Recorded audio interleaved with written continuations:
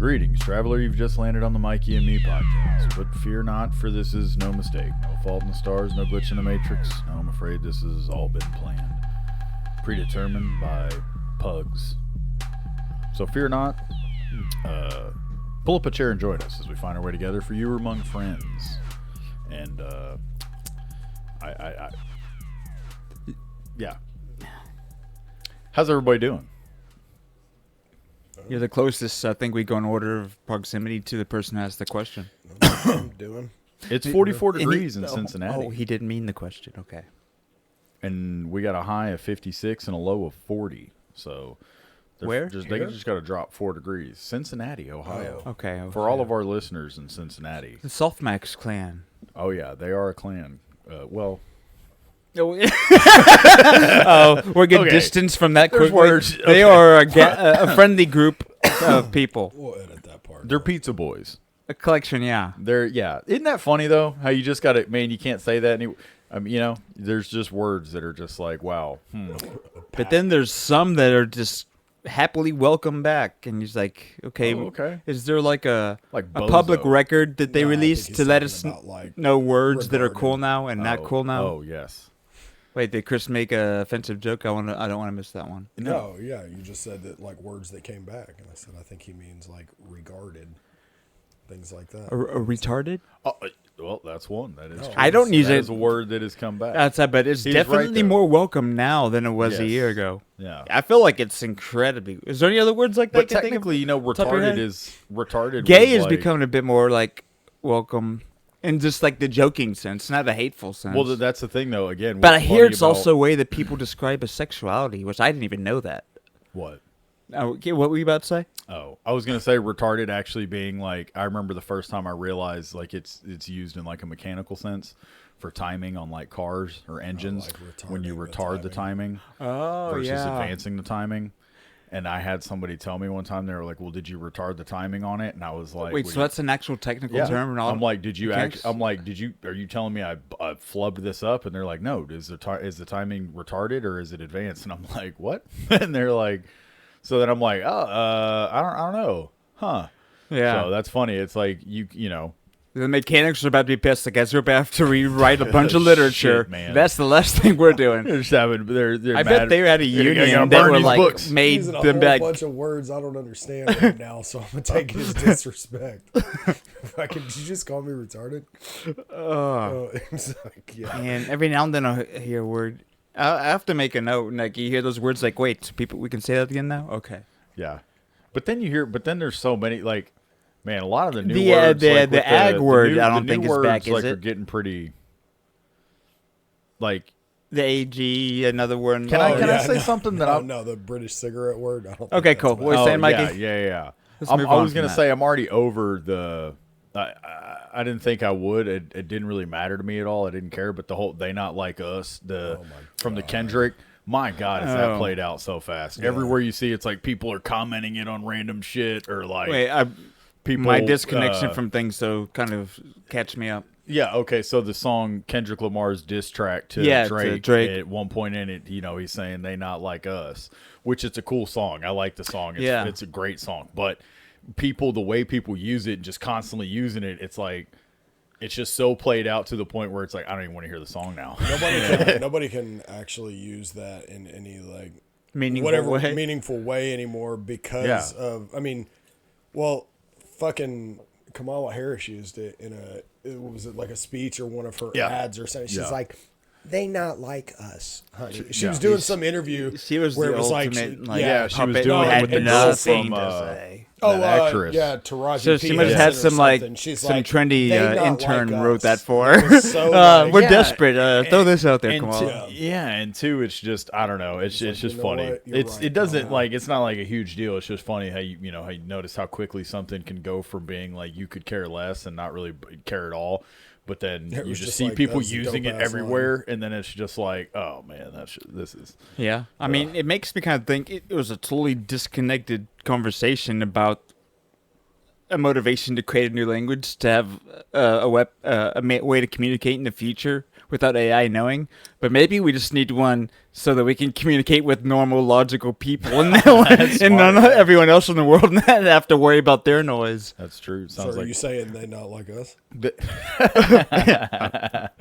There's a joke that exists where like, oh yeah, that exists. It's called this. Well, that's almost like what the theologians or whatever did with Zen in a way when they brought it to the West or whatever. I don't know if I use that word theologian. Is that like, that's a correct word? Yeah, I don't know. I don't know if they'd be philosophers more than I think theologians are studies of religion or theology. Yes, so those are them. Yes, correct. Okay. So those people was like when they brought it over or whatever it's like they purposely muddied the waters of Zen to make it harder for the layperson to be initiated in a sense. So it's kind of what you said about the language, how the language was intentionally flubbed up so people wouldn't be able to easily understand it. Yes. And for instance, one of the best ways of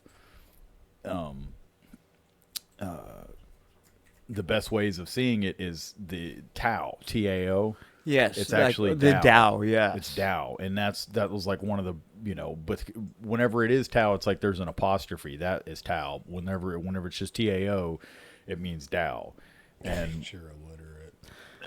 but it's interesting just because that's kind of what you were saying is kind of pretty much we've kind of done that. People have done that in a way. No, because it's funny. Like I was literally having this thought. Yes, like last night I was watching that movie about Enlightenment. Just watching that, just the whole idea of enlightenment, and honestly, for me, it's not something that you can just have a universal definition. I think it's like when you see it almost. Yeah. I don't, that's my take on it. But whatever it is, that you can see how society and culture has tried to turn it into a product in ways that you see in videos and stuff, help people trending things where they tried to take little bite-sized morsels of the general idea of it, and then people be like, oh yeah, I have this daily practice, I meditate for 30 minutes, I'm doing this, I'm microdosing, there's like, and they're doing all these things, and at the end it's like, yeah, they're not gonna get you there. Like, it's like you've commoditized and turned something into a product that really, to get there is who knows how you get there, but it's, I don't know. And for me, I just came up to my definition of it is, for me, again, almost just like a full rational acceptance of your reality just the way it is. And that's just mine, Yeah.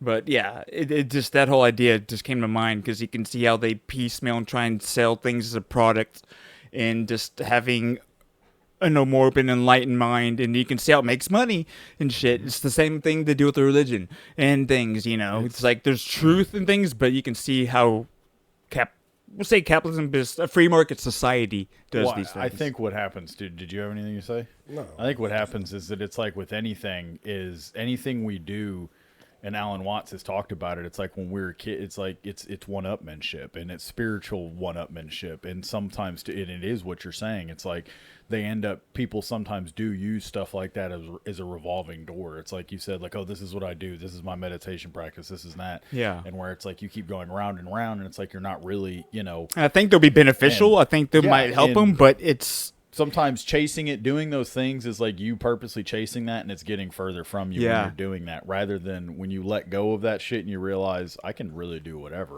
And me, it just made me think of the people who start the gym at the New Year. It's like they'll try this out, but they're not committed to it, and they're trying out a mini version of it, and they're not actually diving deep into it for real. Yeah. But see, yeah, like, I don't know. I'm trying to. It's like no, he's deep in thought. I want to hear it. No, I mean, I was listening to like what you were saying about it, but yeah, no, like people. It was like I was trying to think of an example of it where it was like, like what you're saying is like if you do this thing and you do this thing and you do this thing, then you'll get to this place, and it's like, and it's not that. It's like, it's the in-between things and all of that. It was like, yes, these practices are all like part of the kind of journey destination of the journey, and they will help you, but it's like, until you like gain that perspective or whatever of like, oh, these are how all of these things intermingle, then like you really are just like fucking doing these things. Yeah. That, you know, and they're not, you know, it's not like it's going to harm you, but it's like if you're just sitting there banging your head against the wall, like, why am I, you know, this and that, or, you know. Yeah, it just made me think. Yeah, you can keep going. No, you go ahead. Just to, like when I say journey destinations, like shows or books or things, to be like, oh, the ending was kind of crap, but the journey there was great. Or like, you know, Zen Koan. It's not the answer to the question. It's trying to figure it out. Yeah. That's the enlightening aspect. It's like showing your work, or like the understanding, like, oh, that's exactly. I knew the quote, I knew the whatever, but then one day something happens and you're like, oh, that's what the fuck it meant. And then it's like, yeah. Exactly, because I was thinking, you know, people have, you know, reached whatever enlightenment that's, I would say people would only believe have some level of enlightenment by just observing them, their behavior in the way that they seem at peace or whatever it is. To where I think it's almost like you whatever journey life gives you, everyone's is different, so different. And some, you could say it's easier, more difficult, perspective-wise, and you can gauge that however.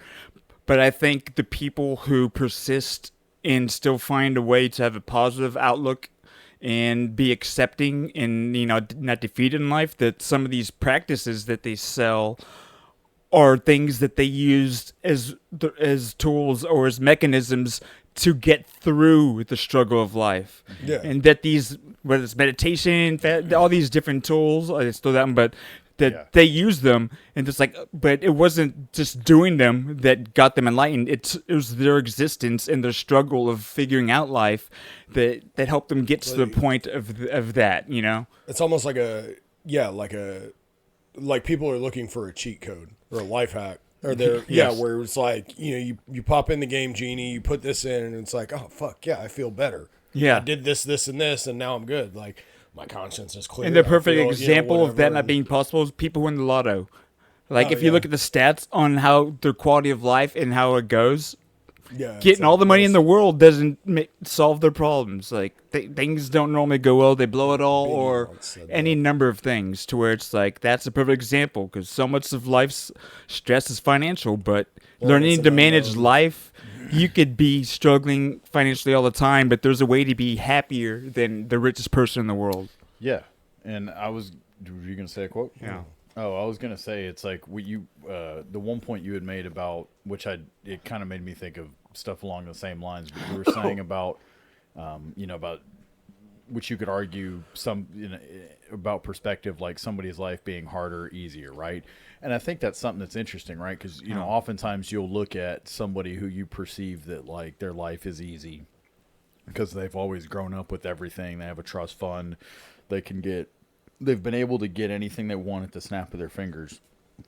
But then again, for people like that, it's like that part of their life is easy, but then there's a part of their life that's hard, because it's like there's certain things that you just can't get through those means you've been able to do all of your life. And so that lack of control is harder for that person to accept probably than what you've grown up with the feeling like, man, I'm helpless and this and that, because then eventually you learn that your helplessness is only so much in some situations, and you think, okay, well, actually I can do stuff. I have dominion over my own body and psyche, and like I can actually change, like locus of control thing we were talking about. Like, is it the outside world affecting me, or is it you know? And so I do think that even though it's like when you look at both ends of the spectrum of somebody who's what we would consider, you know, in a really bad way in life, and, you know, versus a really good way in life, that it's like, it's hard to say that one of them's really better off, because while this guy's better off in this way, this other one over here has a much better outlook on the things that prove to be truly important in life. Yeah. Which is like your own self-worth. And like what you were saying, it's like, if I can be happy in these circumstances and I can learn to still be a good person, then it's like, while on the other hand, these other people, you can't buy personality. You can't buy enjoyment of life. And, you know. Well, it's called MDMA. Okay, well, you can, I guess. Okay.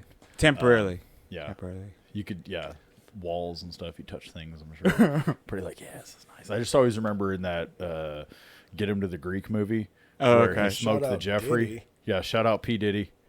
Shout out Russell Brand. Russell Brand. Chris Hendren sent me some interview with him recently that I haven't listened to yet. But yeah, that's funny. Because he's like a Christian now and has like a huge turnaround. So Russell Brand. He's been on that kick for a couple of years now. So it's pretty cool.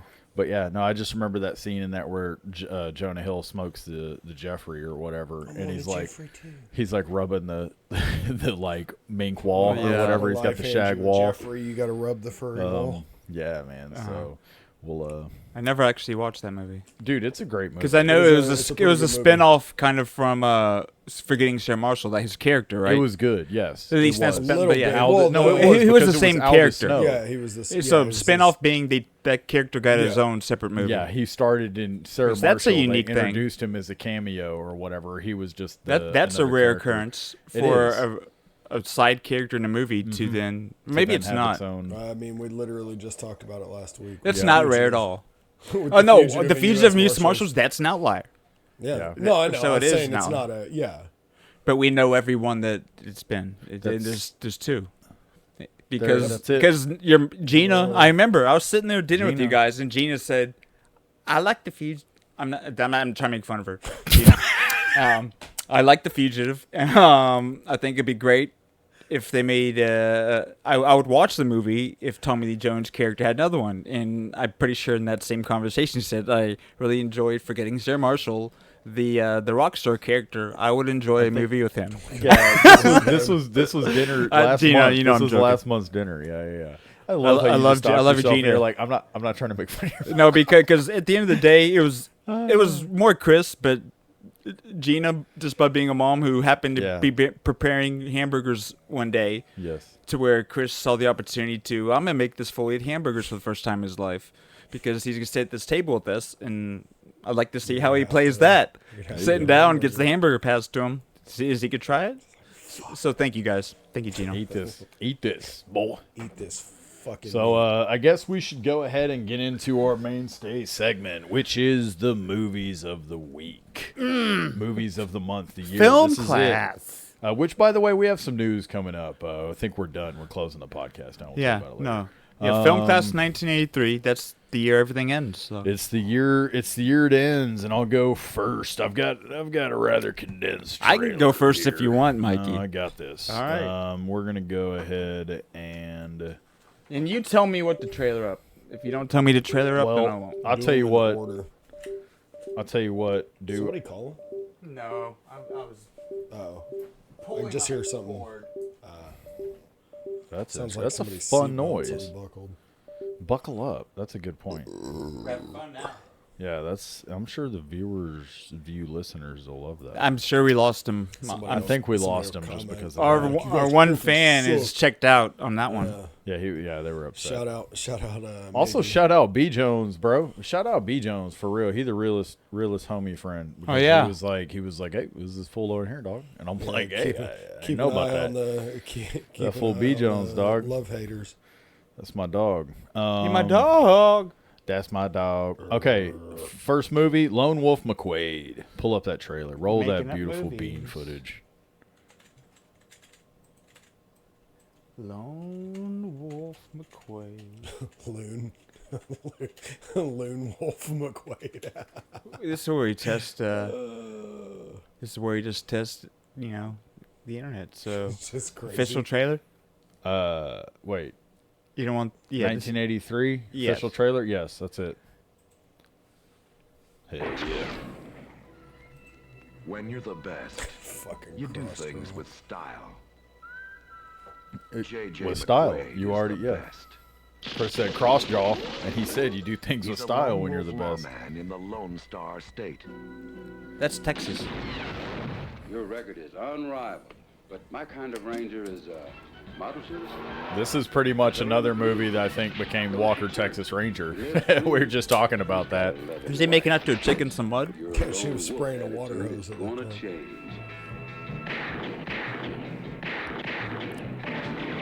I don't have enough hands to tell you how many times I walked up on you guys out in your property and just seen you shooting out there with guns with the shirts off.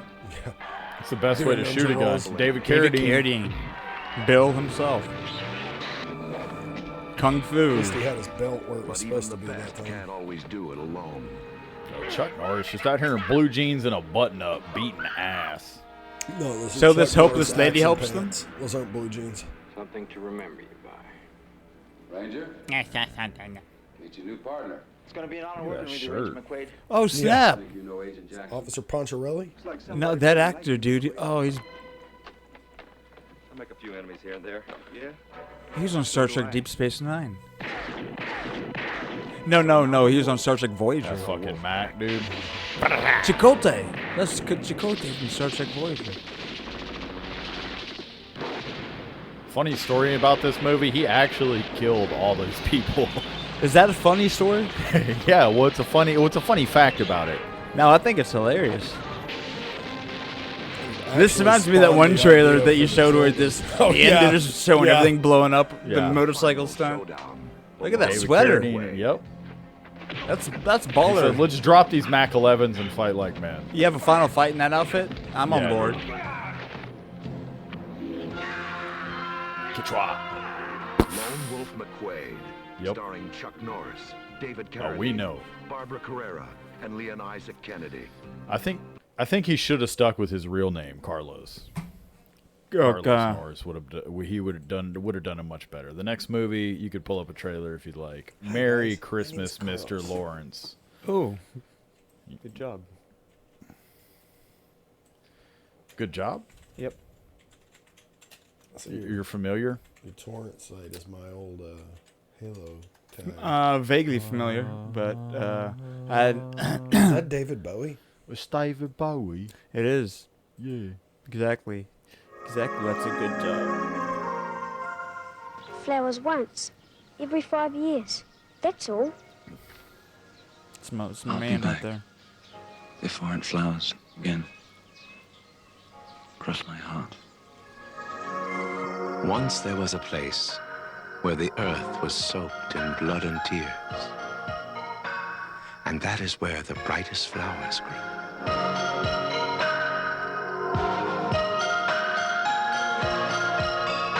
They cut his head off. That's quite a trailer. How do you plead? Not guilty. I'm not a criminal. I am a soldier of His Majesty's army. You must tell us your past history. My past is my business. Beautiful English.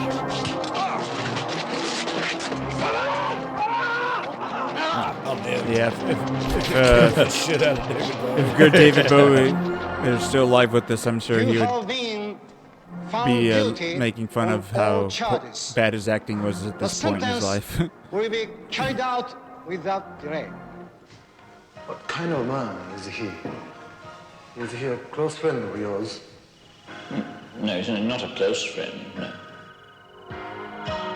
Makes you well. The soundtrack goes Kill him hard. quickly. They're a nation of anxious people. And they could do nothing individually. Live in the past, these fellas. God help them, Lawrence. Apparently they made the I don't know what to make of you, Lawrence. You're either very clever or you're bloody stupid. Bloody stupid. Well, I've tried the manager, and I've tried the flowers. I think the flowers taste better. He's got a point.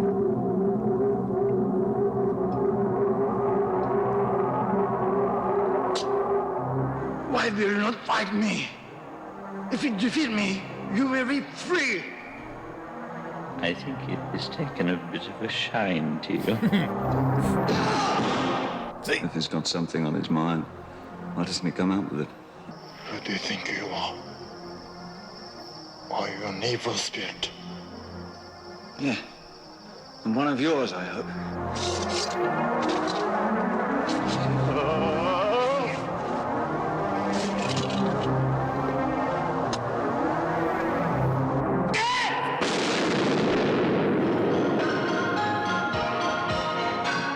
Did you watch this?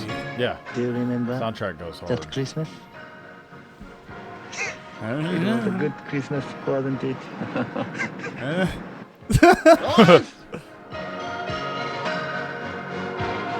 Merry Christmas, Mr. Lawrence.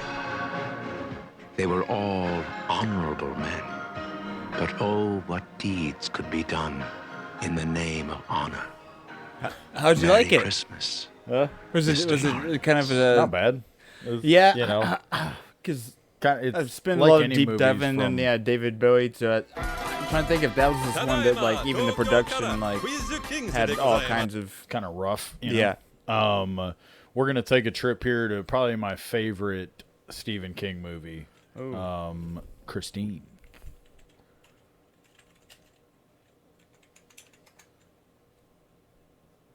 This was, like, a great movie. This is...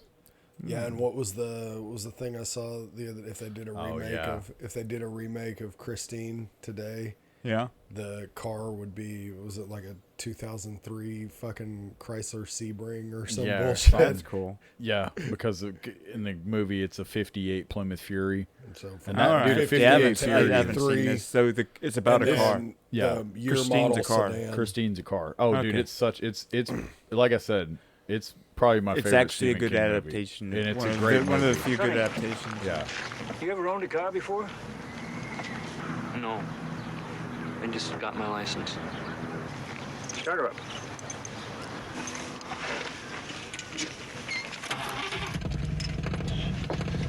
Her name's Christine.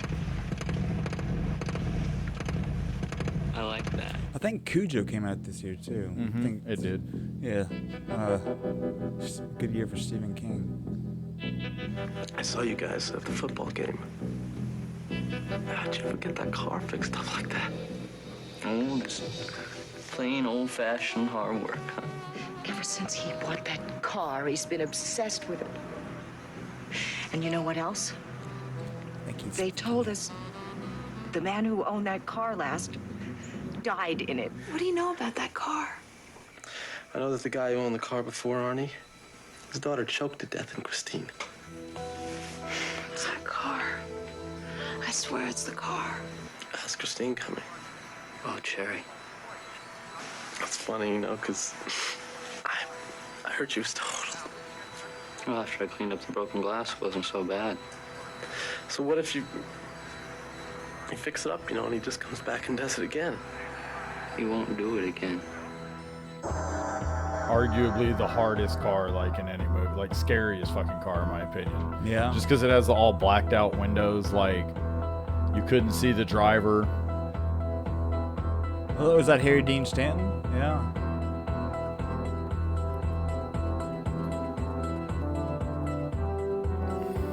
That looks badass.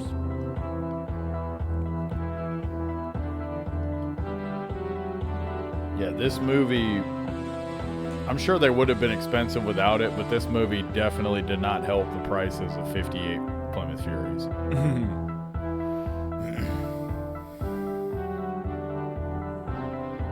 Wait, did John Carpenter direct this? He might have. Did it say that? No, but it connected it to Halloween. But it could have been... Yeah, John Carpenter's. There you go. Dude, it's a great movie. Yeah, dude, that's cool. Nice. Yeah, I don't care if you don't like scary shit, you'll like that. Ain't trying to live my life for free. The Dead Zone. And this is another Stephen King? It is, I believe. There's also a TV show on Sci-Fi for... Maybe... Let's see. Oh, yeah, the Christopher Walken movie. Yeah. Have you seen it? No, I haven't. It's pretty good.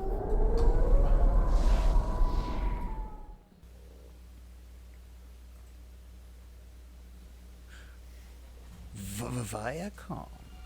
No, Viacom. Did you have mountains in Viacom too?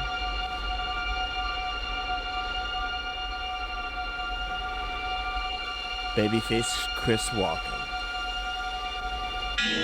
If the future were in your hands. The daughter's screaming. The house is burning. Would you change it? Hurry up! It's not too late. Touch this man's hand, and you are in the grip of the dead zone. I've had another episode. Only the imagination of author Stephen King could take you there. Johnny, wait! With a power that alters the future lives of those you love. You want to kill your own son? I want you out of here. I'm scared, Dad. Or of those you fear. I had a vision that I am going to be president of the United States someday, and nobody, I mean nobody, gonna stop me. Is it a power for good or for evil? If God has seen fit to bless you with this gift, you should use it. Bless me? You're a devil. Son of me. Who are you? Who sent you? I'm scared, sir.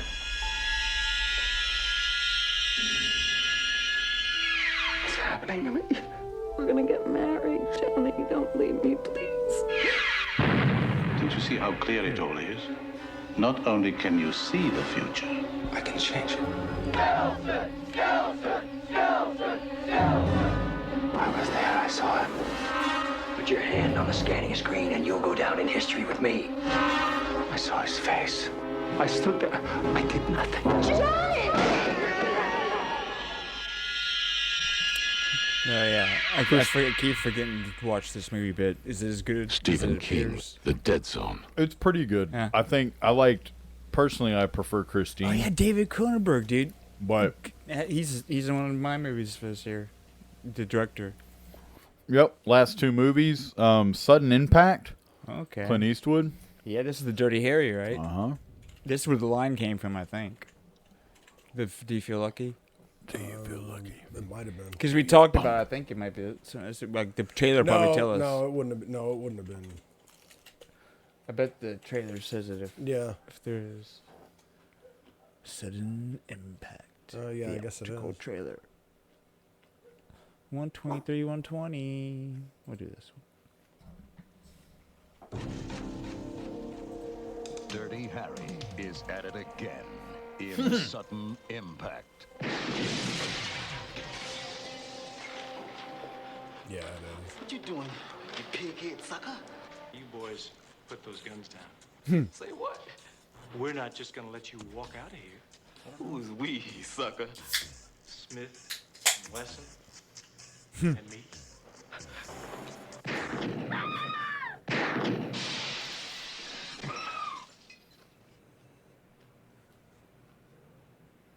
Go ahead. Make my day. Hear that? Mm-hmm. No, and then right here is the Well, I think the other one might be a different movie. It might be. It might have been Go Ahead and Make My Day. It might have been the one I was thinking of.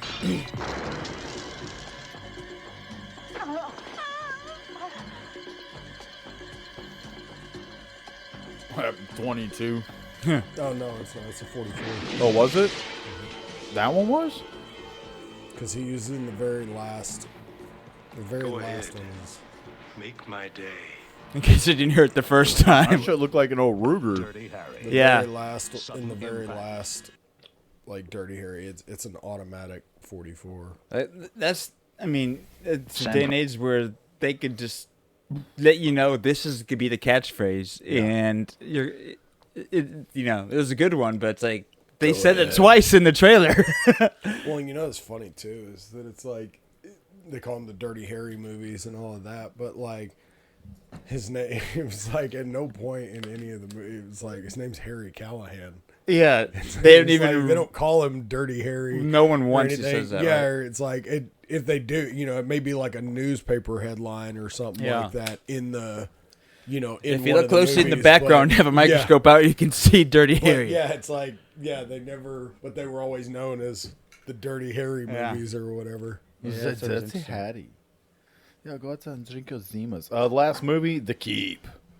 Dun, dun, dun. Nosferatu.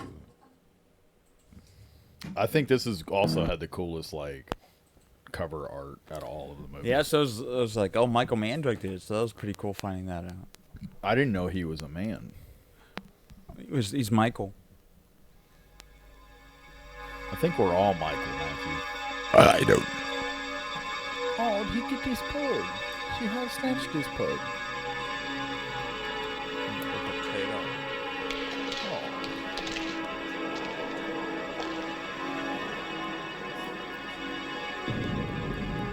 That dude's just trying to hold the place together. Huh. Welcome to my Airbnb. No one knows for sure.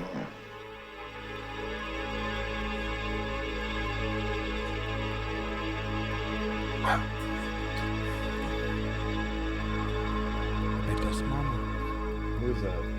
This place was not built to keep. Snap. Anything What out. up? This place was built to keep something. What's going on? What y'all doing? Yeah. Stay Yeah, here. that's good. Yeah, always watching some trailers. That's our homeboy. Did you? Joe Rogan on the page. Yeah. Yeah. We're hanging out Joe with Rogan on the yeah. page.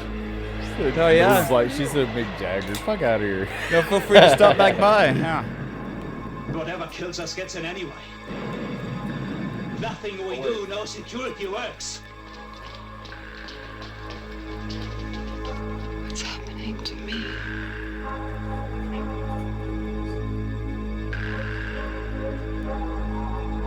Did Lily just go out?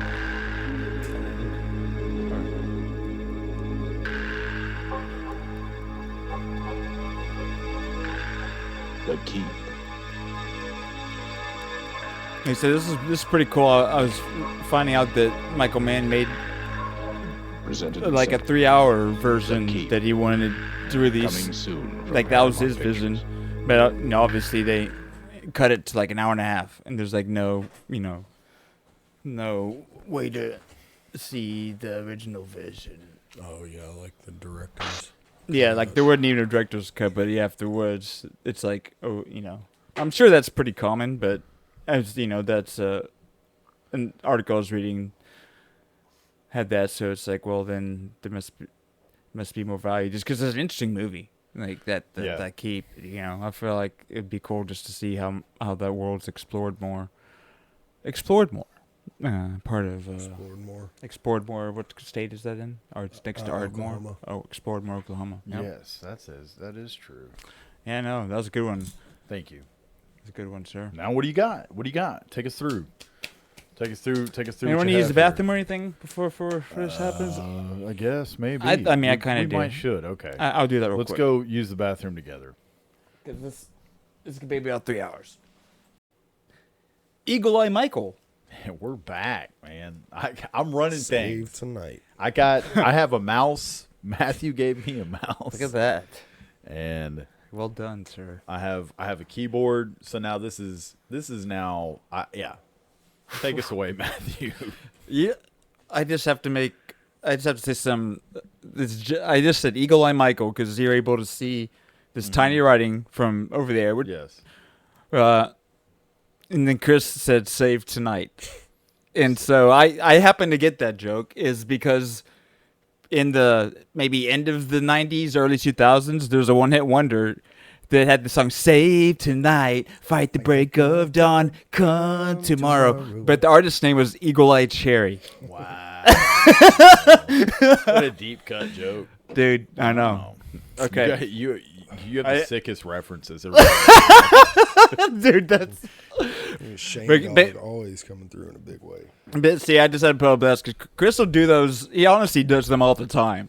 Yeah. It's just they'll just be casually under his breath, and just like, it's great. Whether they get noticed or not. Yeah, it doesn't matter. That's a true humorist. So my movies. Yeah, 1983. Watch this appendectomy. Yeah.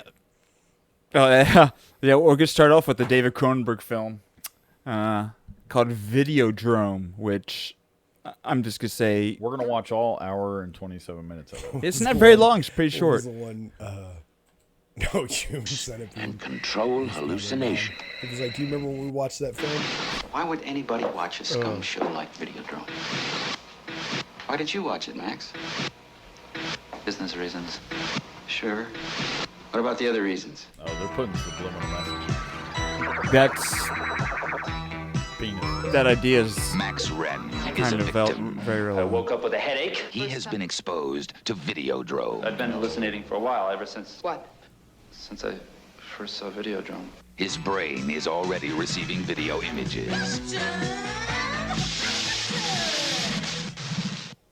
I think that massive doses of Videodrome signal will ultimately produce and control hallucination to the point that it will change human reality. Great. This is a great trailer, man. I think this is a great trailer. Coalesce and become uncontrollable. Sounds like me talking about AI. Videodrome seducing Max Red. And Debbie Harry from Blondie. There's a timeless scene where it's like coming out of like a TV screen. You see it like a face. I thought he was about to do something totally different with that TV. Oh no, dude! It's about that too. Normality.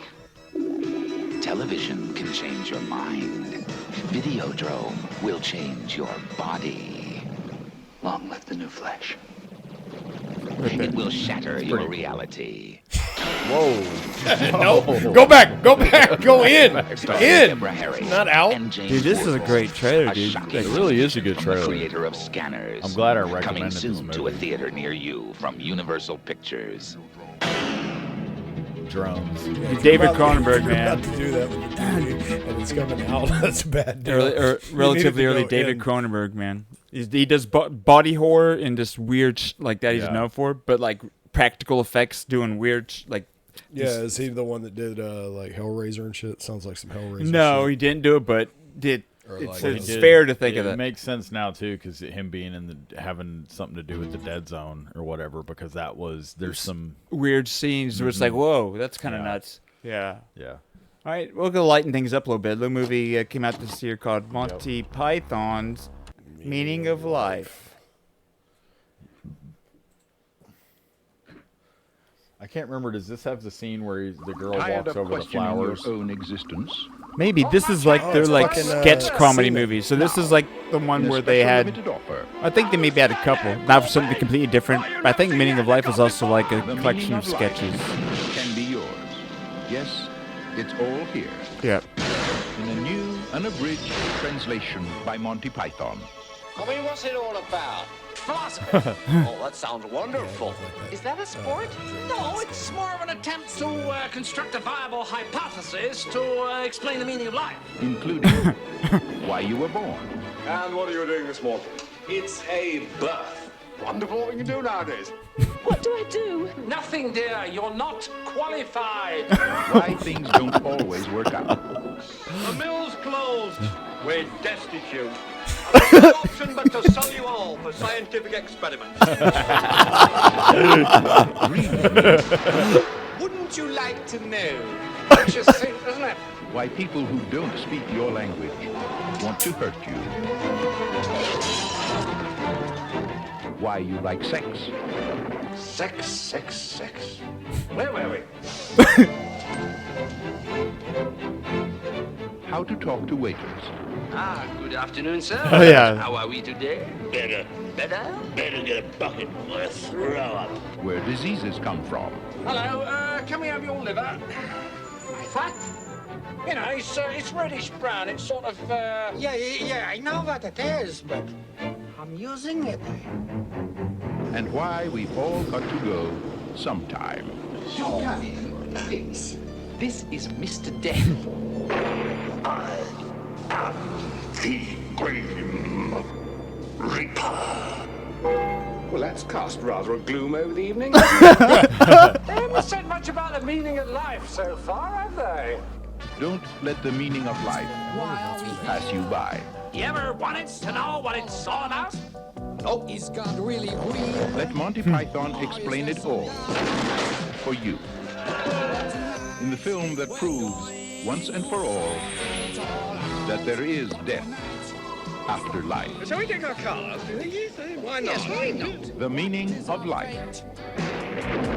Man, the days where there's like a sketch comedy group like that to have a movie to be excited about like that. This is a cool.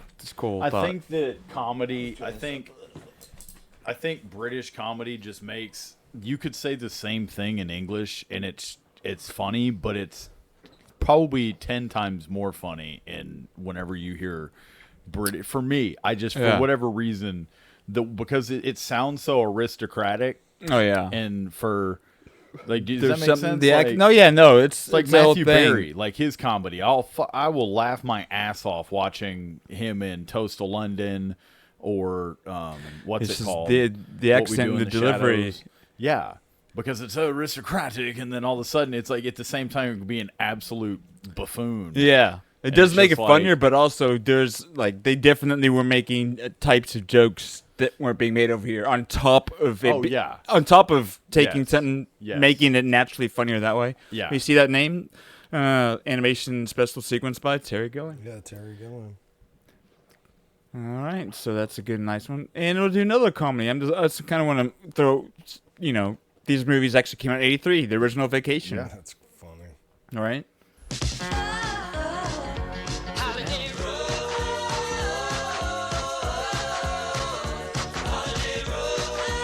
The one that started them all. This summer, when you think vacation, think National Lampoon's Vacation. Been there. See the real America. Hey, underpants. Hey. Yeah. It's friendly. Okay. I'm okay. Don't you want to look at the Grand Canyon? It's educational. Great. Most of all, it's fun. The dog went on the picnic basket. Beverly D'Angelo. Imogene Coca. She was a total. Beverly D'Angelo was a total babe. Yeah. Christy Brinkley. Well. So was she. Are you gonna go for it? Yeah, she's a bona fide babe. Take you for a ride. This summer, when you think vacation, sleeping at the. Oh yeah, because imagine her opening her shirt. That's from Christmas Vacation. Was it? No, I think. They might have done the joke in both. No, because in that one he's falling asleep Christmas while he's Vacation, driving. she's coming out of the pool. He's falling asleep while he's driving, and she opens her shirt up, and her tits are the headlights of the 18-wheeler that's driving towards him. Yeah. Because they start flashing, and he's like, well, what? Yeah. Like wakes up. Yeah, they do the same version of the joke because it's funny. Of her getting in the pool, him imagining having the putting in the pool, and then so now we'll do. I don't know if you guys ever saw this movie, The Right Stuff. I rode the ride at Six Flags, bro. There we go. What the fuck you talking about? It's a movie I didn't see until probably like 5 or 6 years ago, but I remember as a kid my mom talked about it. I want to say Jeff recommended this. Yeah, and I want to feel like she might have said, "Oh yeah, it's a really good movie," but I know my mom liked it. But this is like one of those, it's very renowned and blah blah blah. Not about to click that one. Yeah, 3 hours, guys. 3 hours, 12 minutes, and 40 seconds. We'll let you know what we think. Yep. On October 14th, 1947, Captain Charles Yeager shattered the sound barrier, propelled man into the future, and the search began for a new breed of men. Men who were fearless. You've heard about our project. Sounds dangerous. The Jeff Goldblum? Yep. Very dangerous. Count me in. I got a rocket in my pocket and a roll in my wall. Ambitious. Who's the best pilot you ever saw? You're looking at it, baby. Quaid, man. Patriotic beyond question. I just thank God I live in a country where the best and the finest in a man can be brought out. Yeah. My pleasure to introduce to you A lot of familiar faces. Mercury Excellence! 7 men who would risk their lives in a hurtling piece of machinery to cross the threshold of space. It takes a special kind of man to volunteer for a suicide mission, especially when it's on TV.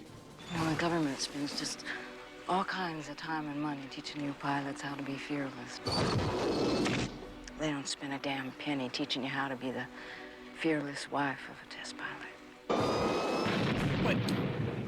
They were idolized by the public. I'm sorry, I thought that was. Oh yeah. Doesn't pay much. It doesn't pay much. He's the one I want to meet. Heralded by the media. Gentlemen, can you tell us if any of you go to church regularly? As far as church goes, I attend regularly. But behind the image, they were human beings. Human beings with real fears. If anybody goes up in that damn thing is going to be spam in a can. Frustrations. What happened? This trailer's a bit on the nose. Anything wrong? The hatch just blew. It was a glitch. It was a technical malfunction. conflicts. You're gonna think of the broader interests of this program. You're way out of line here. I'm out of line? Yes, sir. I'm running this show here. We'll see about that. Disappointments. Aren't we going to the White House? I love a good argument. A good argument goes a long way. Tape parade in New York? And no Jackie? Pressures. There's another hold from NASA, another delay. We're going to be going through a man find at this. I don't care for the trailer format to sit there and. I guess they had to try and they thought it was best to make these guys relatable, and we're gonna list this. Request that you remain in a holding pattern till then. No. This is the story of the special few at the very top. The elite brotherhood whose achievements inspired a nation and captured the imagination of the world. These are the men who had... Dude, I'd rock that outfit. Yeah, Stanley Kubrick's sitting wearing that suit there. There's Jack Nicholson and the little kid. You should definitely check back for it. Absolutely.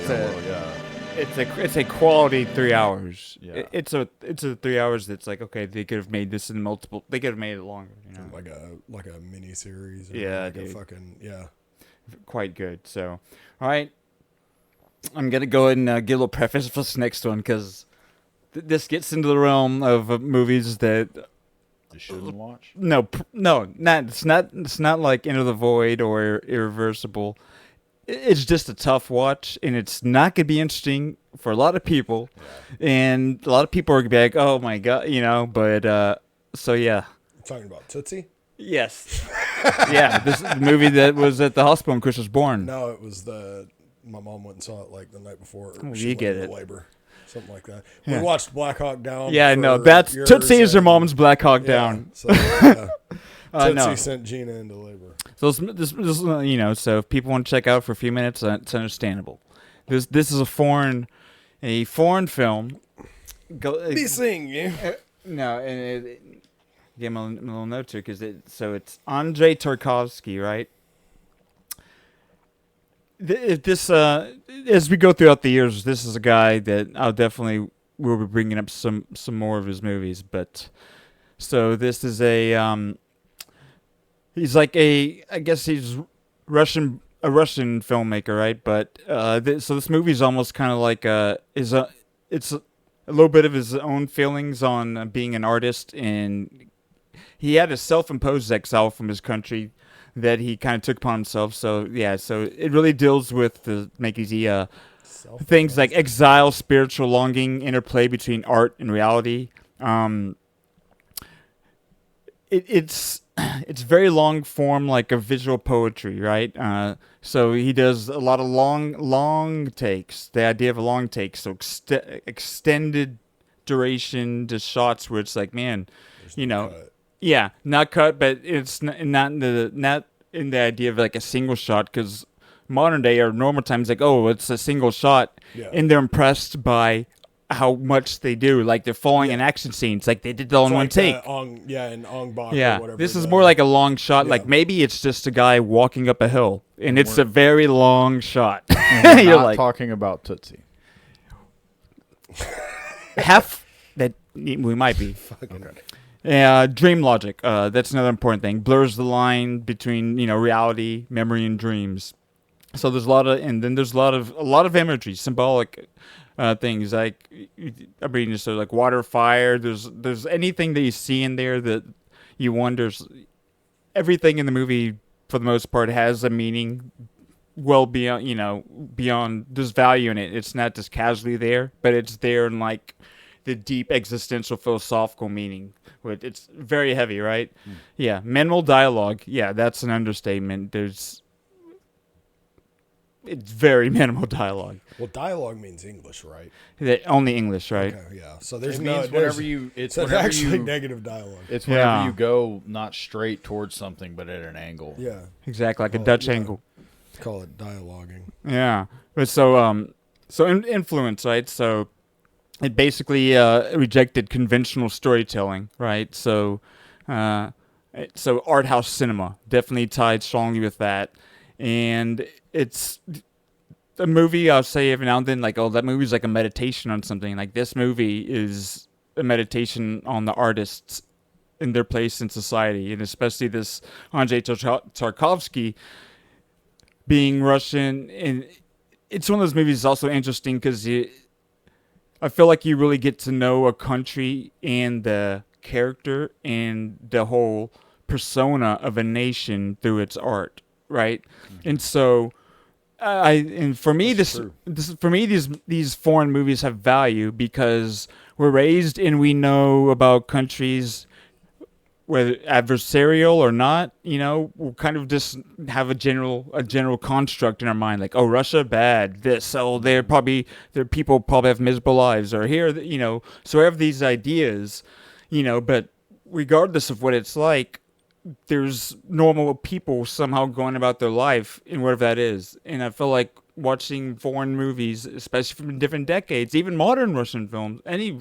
Russian film is a way to get an idea of what it's actually like. And it's fascinating.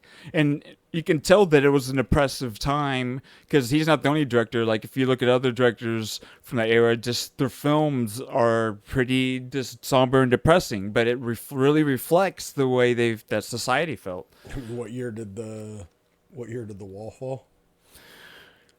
Was it mid 83? I mean, it was the mid 80s. So this could have been prior to the fall of the Berlin Wall, still in the USSR. So it's a very interesting time, and so it's a very interesting movie. But there's some timeless stuff, and there's a scene that I queued up that I want to show, and it's subtitles obviously, and this isn't the main character. This is he's the main character, some Russian poet. He's gone to this an area to study or just learn about.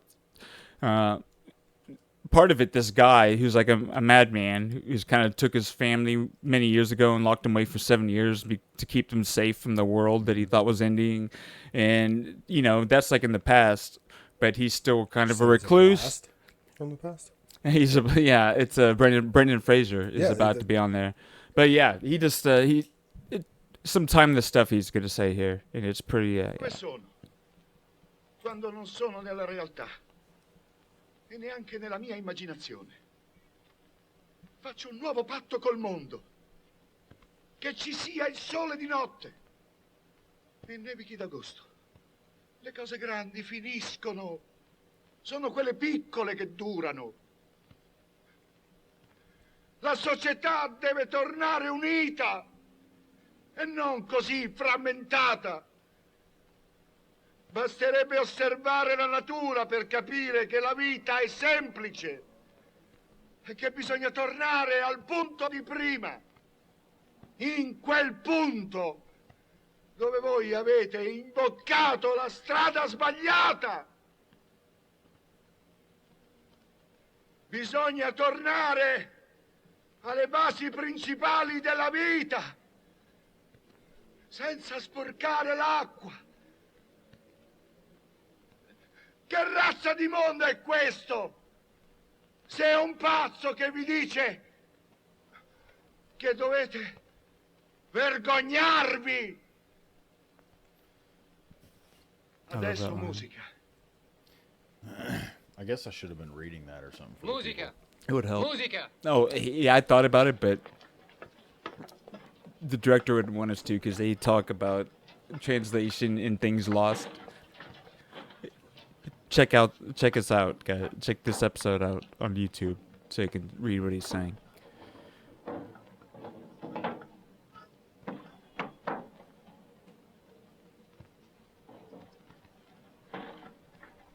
Questo l'ho dimenticato.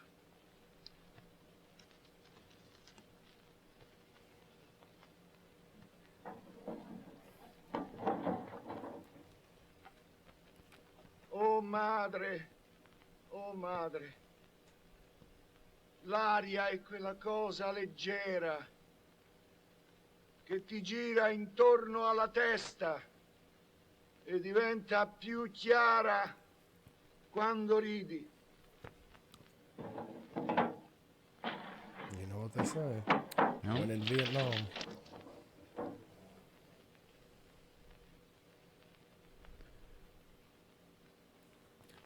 But you get to this point in the movie, and I feel like this guy about to set himself on fire is it makes you'd understand to actually make a statement in the value and the point of it all.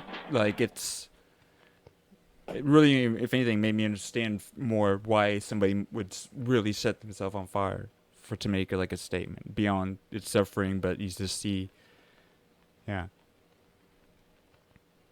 La musica non funziona. Aiutatemi.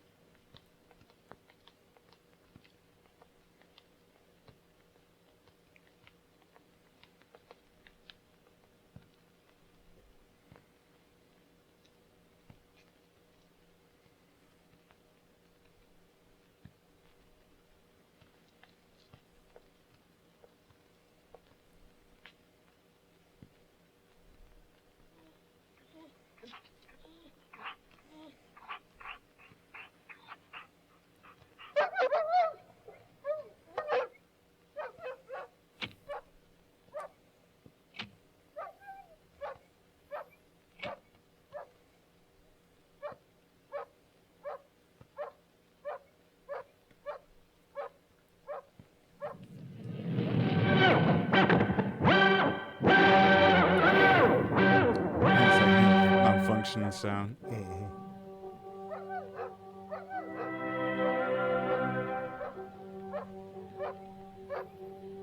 And the police arrive promptly on time after the man has Well, it's ignited like you himself. see somebody artist and raving and stuff. So it's like, oh, he's just, whatever. But he actually goes through with setting himself on fire,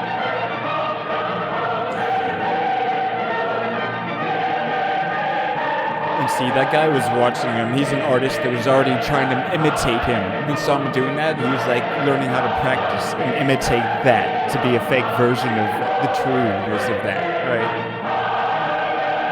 Tomorrow's the end of the world. So yeah, I think Die Hard did it better. So yeah, That's good, dude. It's a heavy, deep movie, and I like heavy, deep stuff, yeah. dude. It came out in '83, man. So I had to talk about it. I had to talk about it. Wait a minute. So yeah, man. Hold on. A bit of nostalgia for you. A bit of nostalgia for you. A dose of nostalgia. Well, I have a question for you about what did you think about the mise en scene of this movie? Did you like it? I mean, you used everything as play, but yeah, the whole idea of dream logic. It's a very muted color scheme for the most part. It's very like, tonal, gray, and dull. But whenever it's intentional, there's moments where it's vibrant briefly, and it really makes those moments more important. What do you feel like you like dull things, Matthew? What do you feel like you like dark, dull things? Well, it's how I feel on the What do you feel like you like these things? Do they make you feel something? Jiminy. Someone's been practicing, but yeah, no, it's a heavy watch. It's a heavy watch. It's heavy watch. Wouldn't it suck if you had if you had to carry a pocket watch that was heavy? Do or don't take a first date to watch this movie. Oh, dude. You gotta figure out. No, yeah, dude, it's okay because this is a great movie, right? Not like because she can read.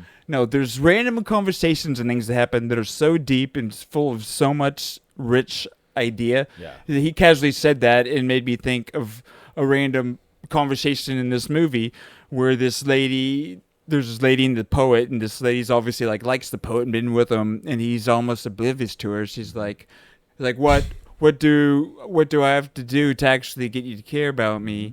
And he's just the poet and indifferent. And it was really making me think. Yeah, as I texted you about poetry. This movie, yes, I was thinking deep, and I was thinking about the relationships and the depth of those. And so this kind of segue out of this movie, if you want, Well, I was going to say real quick about this movie in a sense. Because the conversation I was going to have can go beyond. Yeah, we can. Yeah. But real quick, I was just going to say that how you were saying about movies or whatnot from different Oh yeah. The way they can help us look at stuff, understand other cultures. Cultures. That's why I was going to say, have you ever seen the show Dark? It's a German. It's a German show. What is that? It says German. Yeah. See, yeah. Captain Phillips. Yep. Captain Phillips. Look at me. Black Hawk Down.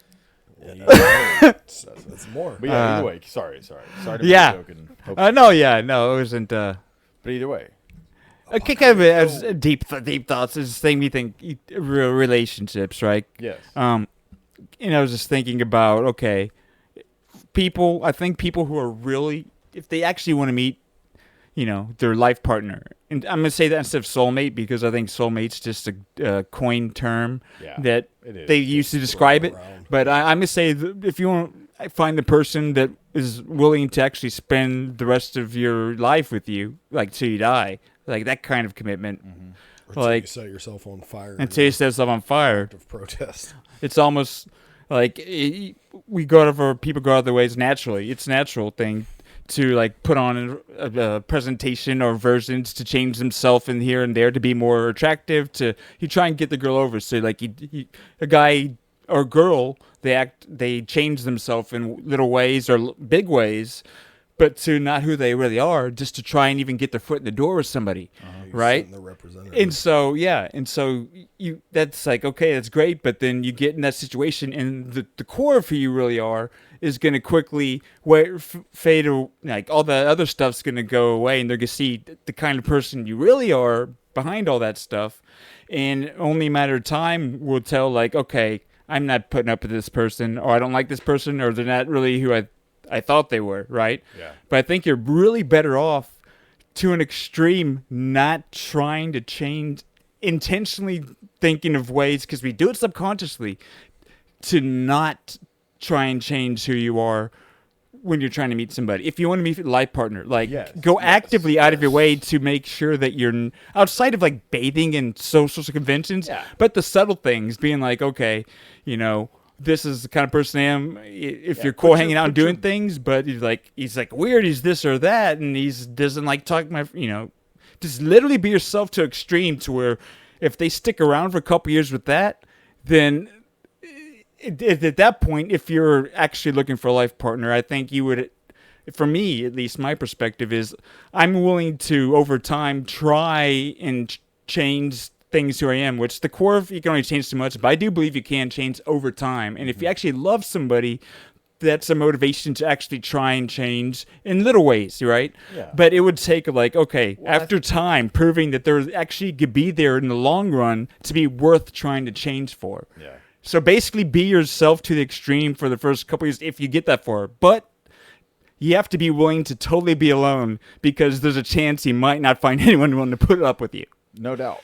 That's true. Yeah, and I think too that like some of it comes down to as well, like to say, like touch on some of what you were saying. You were talking about like changing or whatever, and it's like I think that some of it does. I think that nobody should.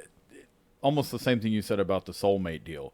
How we get it's just something we throw around and we say it's like, but the changing the Hallmark card almost. It's right? a changing thing, right? It's like I don't even necessarily think. Because that's the thing you said. It's like sometimes you change who you are for a person or whatever. You change. And I think that it's just recognizing, can you give this person the partner, like, and be the partner that this person needs, regardless of just, because that's what I think. I think you can accept them exactly as they are, 100%. When I think you can still be the person you are and do the things you do, but can I at the same time? I shouldn't say change, but you can have behaviors that cater to them while still being yourself. Yes, and two, to say, like, to touch on what you were saying about, like, in the beginning about meeting somebody off the bat, like, put your best foot forward, take a shower, clean yourself up. That's just good for yourself. It's going to put you in a good place. You're not trying to be anything different. But then when you're in those situations and somebody says something, it's like there's some things that I will say there are some topics that are worth staying away from at the very beginning of stuff, because then you could ruin something good before it even, if you don't even know each other off the bat, and then you start talking about if you don't know I don't even know the answer to. Well, no, all I'm saying is that if you don't know each other off the bat and you immediately bring up politics and start trying to talk about politics, there's a good chance that you're going to totally misunderstand each other because you don't know each other at all. Yeah.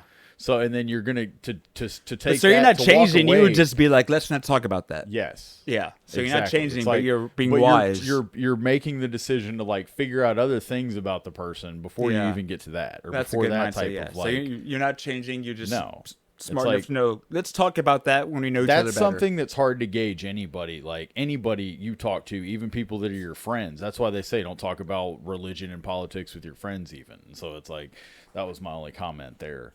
Yeah. And then something else you were saying, like you were talking about, did you have any other? No, I want to hear your feedback on it. Yeah, well, as much as you want. Yeah, you know? well, and some of it. So you were saying, like, so some of it too. I think that like you also have to be equipped, like, and understand that sometimes, like you said, you're either going to figure out pretty quick that this person is or isn't somebody you can be with or be around, and just. I thought this was something that I think is helpful. I sent it to our podcast page on the Instagram as a message. Yeah.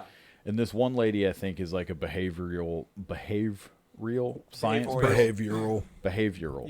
scientist or something like that. She either way, it's like body language and stuff like that.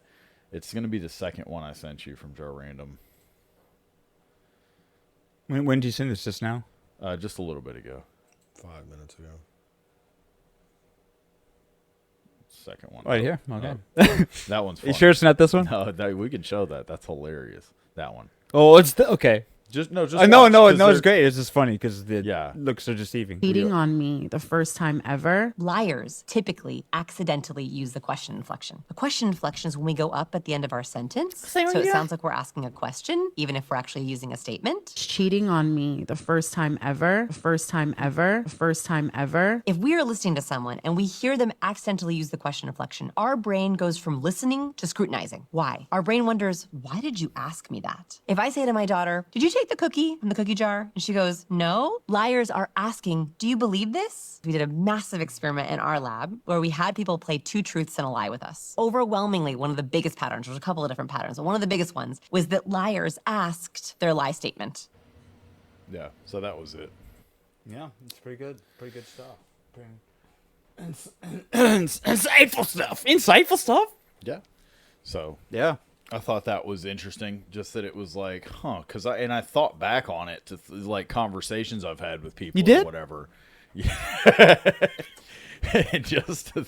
just to think like, no, you did. I feel I totally get what they're saying though. Yeah, no, it makes sense. It makes sense, and it's interesting. But they have data to support, what we kind of. As enlightened cats. We're some cool cats. But no, it is one of those things. Well, I do think it is one of those things, though, you pick up on it, because that was like when I looked up about the what she just described right there, the language, the question, body language, the question infection or whatever. The question inflection. Infection, question inflection. The question inflection. There was something it says, it says... someone unintentionally raises their voice at the end of a question statement. Sounds like a question. This could convey doubt and cause the listener to pay closer attention to the statement. So it's like when they do that, it's like, so they're naturally like kind of when you hear that. Yeah, it's a natural. It's understanding a natural reaction we generally have to it. But again, I'd take it with the grain of understanding a reaction, but obviously not to necessarily attribute. Exactly. Them being a certain way. Exactly. Some people are just dumbasses. Yes. Are we? Literally every comment is like, this is true. The question inflection, also just part of the Southern California accent. Yeah. So everybody from California, basically. Yes. This will be, it's like, damn, I've been lied to a lot. It's like, that's like every woman I've spoken to in the last 20 years. So exactly. It's it's hard. But it's useful information. But also too, though, but that's the thing is that like knowing, I think it's important if you recognize discernment. When it's happening, like, when a person's doing it and stuff like that. Like, especially too, because in serious conversations, people tend to... Yeah, and especially if somebody you get to know, you get a sample size of the reactions, so you can catch them cheating on you, and you can kick them out of your life. Yes, exactly. With, I'm talking about Potato. Potatoes, I think she's been cheating on me with you. Well, look, man, I just pet the dog, and I say nice things to her. Where is Potato? She's up another room. She's with the wife. Yeah, she's with wife. All right, brother. Well, now we've nostalgia and got in it. Yeah, we talked a little bit. Yeah. Be saying you. No, dude, I know, dude, every time you say that, I think it's freaking hilarious. That's why it's me, but I can't get enough of the way you say that. Oh, yeah. Couple of things. There's been a handful of things I was saying. A quiver. Okay, so first thing, they found pyramids, or they found something under the pyramids. They found structures like 2,000 feet beneath the pyramids, I think, in Giza.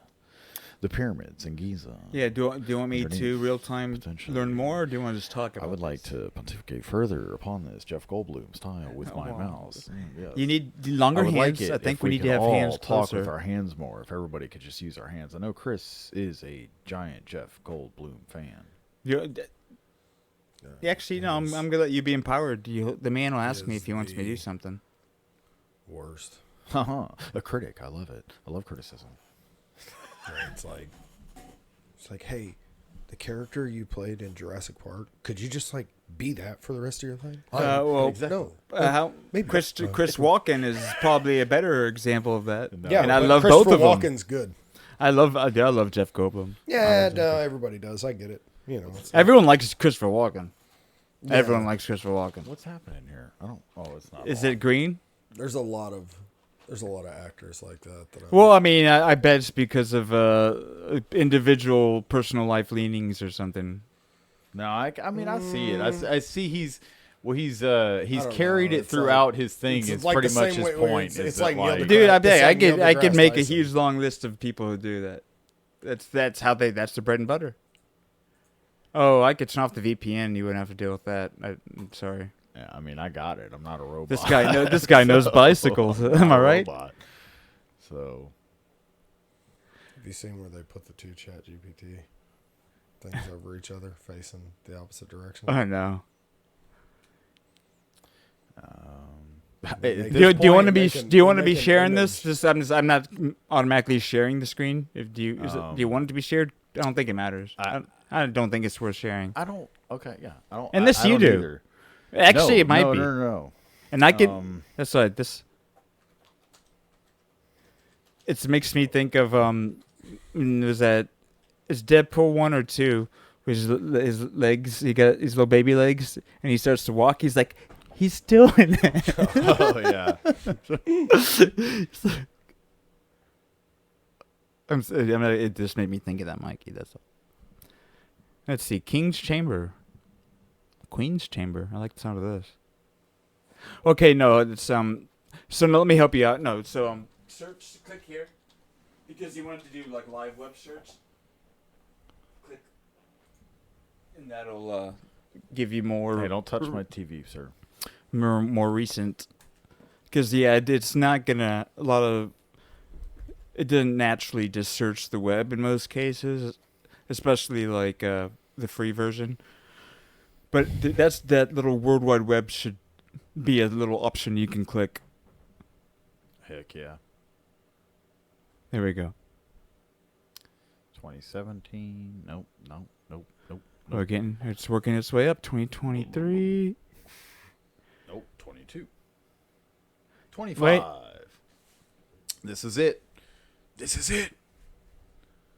Yeah. All right.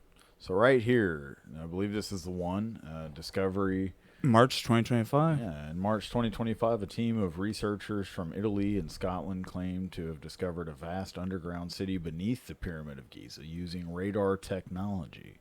They identified structures extending over 6,500 feet below the Earth's surface, including pillar-shaped formations and multi-leveled structures. Connected by passageways. However, these claims have been met with skepticism, much like Chris's skepticism towards my Jeff Goldblum, from independent experts who question the radar's ability to penetrate to such depths. The findings are awaiting peer review. You got to wait for the peers to review things. Oh, I need to check my email. You need. I'm pretty sure. Reaching out to you. Dang it. These discoveries highlight the ongoing efforts to unravel the mystery of the pyramids and suggest that they may still be undiscovered chambers and structures within these ancient. So where did you guys hear about this? I was outside. Okay. Just running. Yeah. No, but I am curious. I'm just like internet. the first. Oh no, the internet. But I mean, I don't know if it was just a random feed that popped up, or if it was like a podcast or something you listened to. Random feed. Why? I was just curious. I heard him talking about it on a podcast the other day. Okay. They were talking about news of the day, and this was something that. Okay, so this was like in the last couple days or something. It wasn't just like a fucking TikTok video or something. Yeah. That. So this is articles. So man, it's fascinating as hell. Like They think it's some kind of a power plant, like that it was. Yeah, that there was like electricity and shit. So that's what the podcast guys was like. Did they talk to somebody? This is like right here. Okay, look, they were saying that it like the came out could have vast underground city radar used images with lights below. Scroll up and see right there. Like if you click that one. Animation depicting what scientists believe they have found under the pyramids. So then, like obviously the top there is like the above the ground surface. You can see like the pyramid itself. Yeah, I'm just trying to. Is there any? I wonder if there's further explanation into that. think again, like what I get saying. What they say. The thinking. I'd like to read. I would really like to read more on that hypothesis. You know, they were right here. They claim to have uncovered a vast underground. Yeah, I don't know. I didn't really go into depth about the power stuff. I don't know that they know anything about what the fuck it is 8 yet. pounders. Yeah, the information you're looking for might not be out yet, and right now it's just hypothesis. The only that thing people is, believe. the only thing they know is they found some fucking shit under the pyramid. They're not like these are what they're for. They don't even know. But that's I'm saying, for it being a mystery, they're presenting that's a certain narrative with it. They found this fucking thing. What this fucking thing is used for, they don't know. But they found this structure underneath it. Yeah, but where do either of you hear something about power plant or power? That was just something that. No, I'm just that's on a podcast. So they talked on the podcast. Okay, yeah, potentially. I saw it on an Instagram. Yeah, I'm not scrutinizing it. I'm just talking because I'm curious. I'm not trying to poke holes in it. I'm just almost like I wanted to find out if they were talking to an expert, so I could learn. Is that they just recently found it. Yeah. People have what happened is the story broke that they recently found something. So the story broke that they recently found something. And then they ended up like coming back, showing that with these images of what they believed, let me share it just since we keep talking about of what they believed, what was beneath it, what it looked like. Yeah. And this is the images that they generated of what they, I guess they're getting back, saying, hey, it looks like this is what's under it. Yeah. And so it confirms for people what people have been suspicious of, that the pyramids had something to do with collecting energy or whatever, or they're saying that it's like 10 times the size of the fucking pyramids themselves. It's like a fucking iceberg. In which pyramid was it? It said the Giza, the Great Pyramid. Scroll up right there. Like you can see at the bottom corner of it, the 3 pyramids. Like, I'm thinking they said it was under the Great Pyramid. Man, that's fascinating.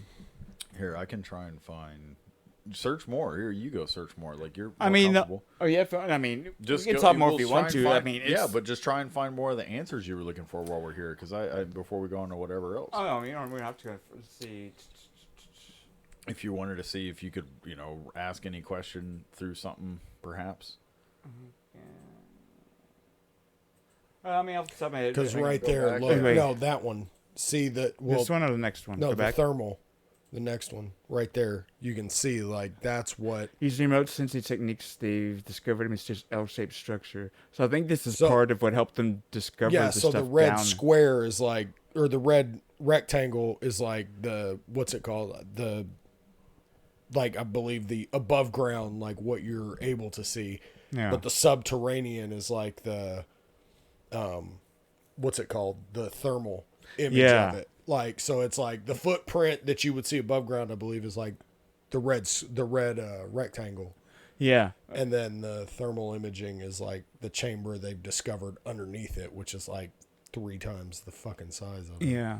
No, yeah, this is something I have to go because no, it's fascinating. Whatever it is, it's a real thing. So this. Yeah, and I mean, it's either going to be here. Let me see. Where is? How do I get to just Instagram? Go to the top. Oh, hang on. It's like you just exit out of the. Let's see. How do I go to search from here? Okay, there we go. It makes you wonder, like, what other parts of the world and other structures are like. There might they end up finding other deep. I thought deep caverns or chambers or. Hold on a second. Yeah, well, that's like, where is it? Give me 1 second. I can't remember where it is. I heard something the other day about, like, them talking about that, finding, like, these, like, subterranean structures and stuff like that from, like, thousands of years ago, and that basically that, like, people were forced underground because there was no, like, there would have been no reason to just build them or whatever, but I can't remember where it was I heard it or what it. See, that's what okay. That's what I'm thinking. They were saying that. So like, you're saying that no makes more sense to me thinking of like capturing power, but like it actually being where people took refuge, maybe, or who knows? Right here. So I think this might be it. This dude shares a bunch of great stuff. This could be it. So it's like if. Back then, you're able to have your own doomsday bunker, like a doomsday bunker for the time. No, that's not it. Like a pyramid. Like, you think what the president has that he could go to right now, whatever that is? Because I know that they have something. Oh yeah, well they have that's beyond what we know. They have stuff we don't know about. Because if we did, no, but there is the one that we do fucking know about. That's like I can't remember what it's called Mount. I can't remember what, but like. Yeah, it's like 30 miles. Yeah, fucking and there's that show Paradise that's on Hulu that kind of has a similar thing about. So you imagine modern day what they do. So back then, however they were able to build pyramids, for them to construct something like similar, you think is a defense. That's just my initial thinking. It's just like some. Here's this video. So this is either going to be the biggest discovery of the century or it's going to be complete nonsense. But apparently the pyramid at Khafre at Giza has been scanned by radar and that they allegedly detected massive structures that were stirring far below the pyramid. Allegedly, researchers said that they announced the discovery of a normal vertical cylindrical structures that were approximately 648 meters beneath the Giza plateau. They were using advanced synthetic aperture radar tomography. The team reported a complex of 5 multi-layer subsurface halls with sloped roofs connected by geometric pathways and 8 deep cylindrical wells arranged in 2 parallel rows. These hollow cylinders spiral downward and eventually merge into 2 gigantic cube-shaped chambers that are about 80 meters across. Now, the people that claim to have discovered this were Corrado Malanga of University of Pisa and Filippo Biondi of University of Strathclyde. Now, they're saying that these formations are man-made and not natural. Now, here's the thing. This is still waiting peer review and confirmation, so it's not confirmed yet. But it's already started blowing up all over the internet because of the fact that if this is man-made structures beneath the pyramid, that's 2,100 feet below the surface of the Giza plateau. That could potentially be the biggest discovery of our lifetime, because what that would do is that would prove that there were civilizations back dating before the Egyptians that potentially were more advanced than today's current technology, which would be pretty unprecedented. Now, one of the popular alternative fringe theories that may or may not be true is that these giant structures that were beneath the pyramids were part of a gigantic ancient energy system rather than just tombs. Now, people that are supporters of this are saying that the precision engineering of the pyramids and enigmatic internal structures feature evidence of some kind of power generating machine. Now, the engineer and author Christopher Duns argued famously that the Great Pyramid was essentially a huge geomechanical device, like a power plant, designed to convert Earth's vibrational energy energy into microwave or electric power. Now, according to the scenario that Christopher Dunn put out, he said that there were resonating chambers and strategic materials like granite in the king's chamber, which were used to amplify the vibrations. The pyramid's architecture guided the energy upward, which could then be extracted. There's a lot of other fringe theorists that are saying that the newly reported vertical shafts and massive cubes underground could fit into this energy mechanism model. For example, a guy by the name of Greg Reese hypothesized that these new findings could suggest that the cylindrical wells might have served as conduits for energy and sound, and that the huge cube structures could have been energy storage or stabilization units, kind of similar to the components that you would have from a large industrial generator, because this stuff resembles giant subterranean capacitors or Tesla coil systems, according to some of the theorists. So this is either going to be the biggest discovery. So, okay, that answers. Yeah, that's good shit. Yeah, good so stuff. That guy's a good follow on the old grams there. How do you stop screen sharing? Which one of these? So on the fact that this you little eyeball right there. dig down a fucking mile. Yeah. Like more than a mile. Yeah. It gets you my. I mean, the path's like, okay, it's like, how did they do that? Why did they do that? Right, and so that my initial, if it was power generating, I'm thinking the out there idea that you talk about alien lives wanting to take resources from us. Well, they could find a way to take resources from us without even interfering with our civilizations. Like, we'll help them build this structure. They don't even know that. Like, I doubt the pharaohs would know that it's doing all this stuff, but some intelligent race could be extracting that energy. No one even know about it.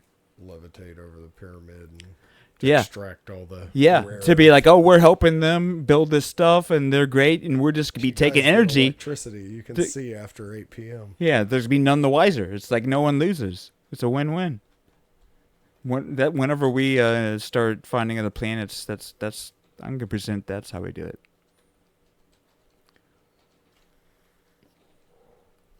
Mikey is asking a question. Do old church steeples collect? I'm just spelling shit. Atmospheric energy.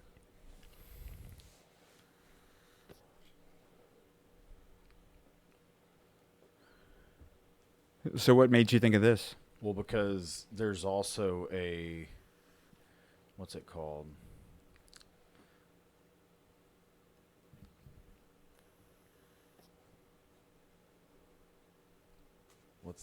Hang on, there's a, well, because what made me think of it is like to support, I think why people end up thinking that how they come up with the theory of that with the pyramids is has to do with this stuff. Okay, it's in the same realm of. So yeah, hang on, if you just give me a second. This natural architecture somehow being conduits or generators or capacitors or transformers, perhaps.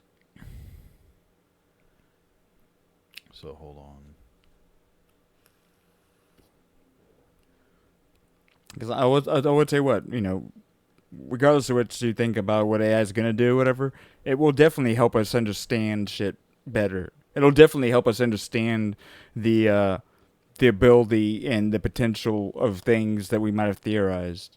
Or even find things like, oh shit, this is doing that too. Yeah. Yes.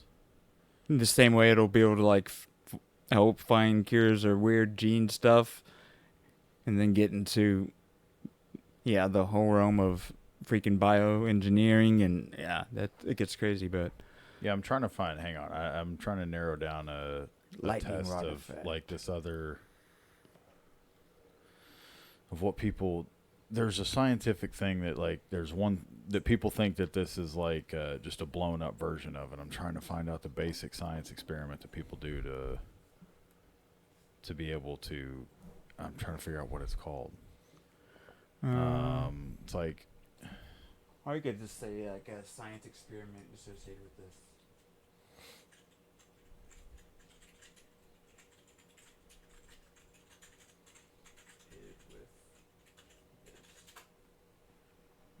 Let's see if this gets us there. Simple, interesting experiment. They did a concept. It's like named after somebody. Like there's electrostatic corona discharge. No. No. It's okay. Yeah. Wait. Maybe it might be. Yes, that's it. That might be it. I think that is it. Yeah, aluminum ball, scissors, thread, string, styrofoam.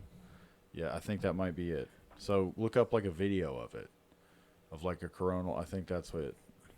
Let's see. The only reason this one's actually going slower is because I have this 4.5 one that's still in beta, but it's the most human.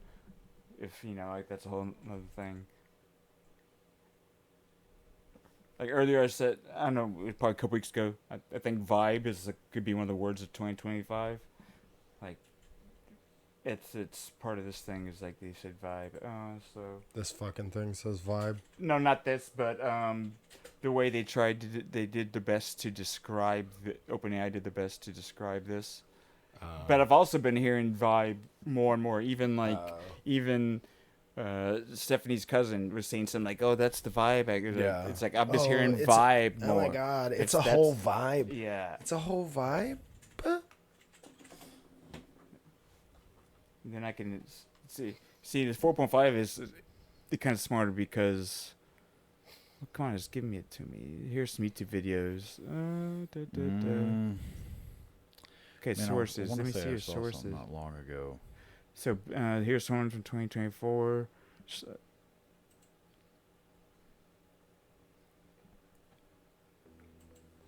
Welcome to episode 15 of our knowledge series, Basics of Electrostatic.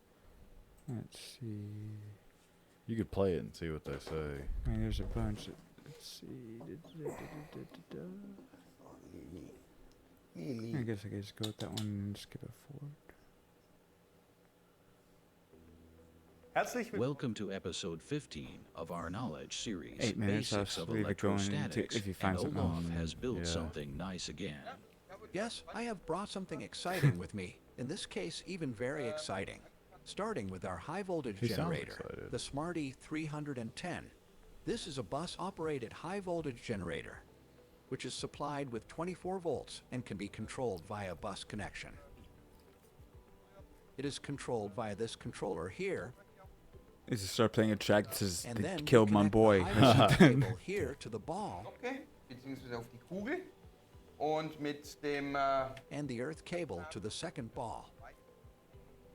This is a measuring spark gap. Incidentally, this used to be used to calibrate high voltage meters. Today, of however, course, it's not part of this episode that we're looking for sparks.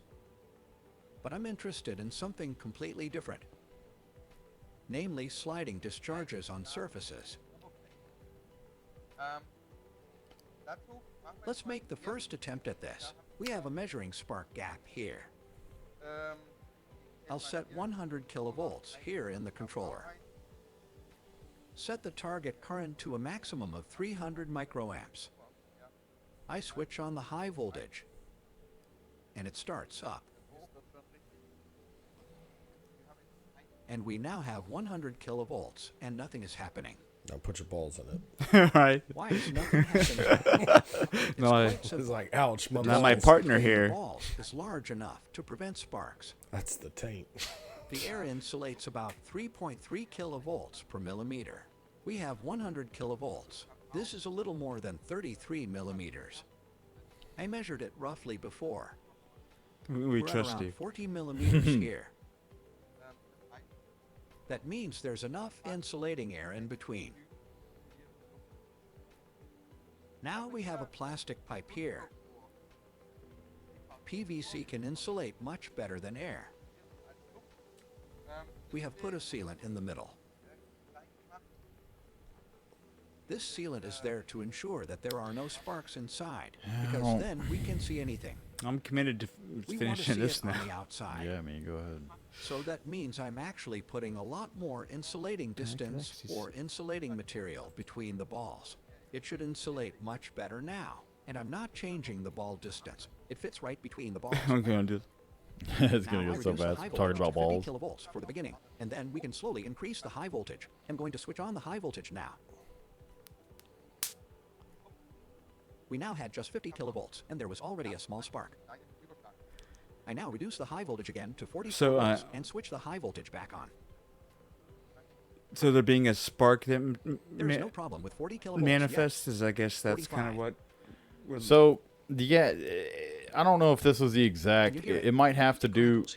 Yeah, it might have to do something along the lines with the same experiment I'm trying to find. But the one experiment I found was a much more like rudimentary like example of it, where a guy did it outside, and he just used like a wire, a cup, an aluminum ball, like an aluminum foil ball, and then he pretty much created this, where it was collecting almost, call it what you want, but it was spinning. It started spinning this thing like this. He had this little electrical motor, and he hooked up this circuit, and then he hooked it to like plug in the ground wire. This one's a minute 23. I'm just seeing if any of these. You seen any of these?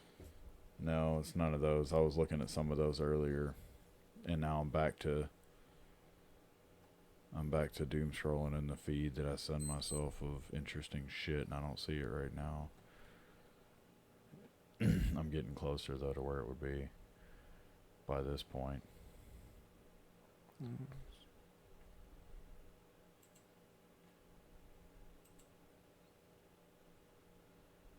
But either way, so this machine can actually make 42 seconds. First, it can make a corona. You saw a picture of the corona. But then, if I turn it fast enough, you'll make an arc.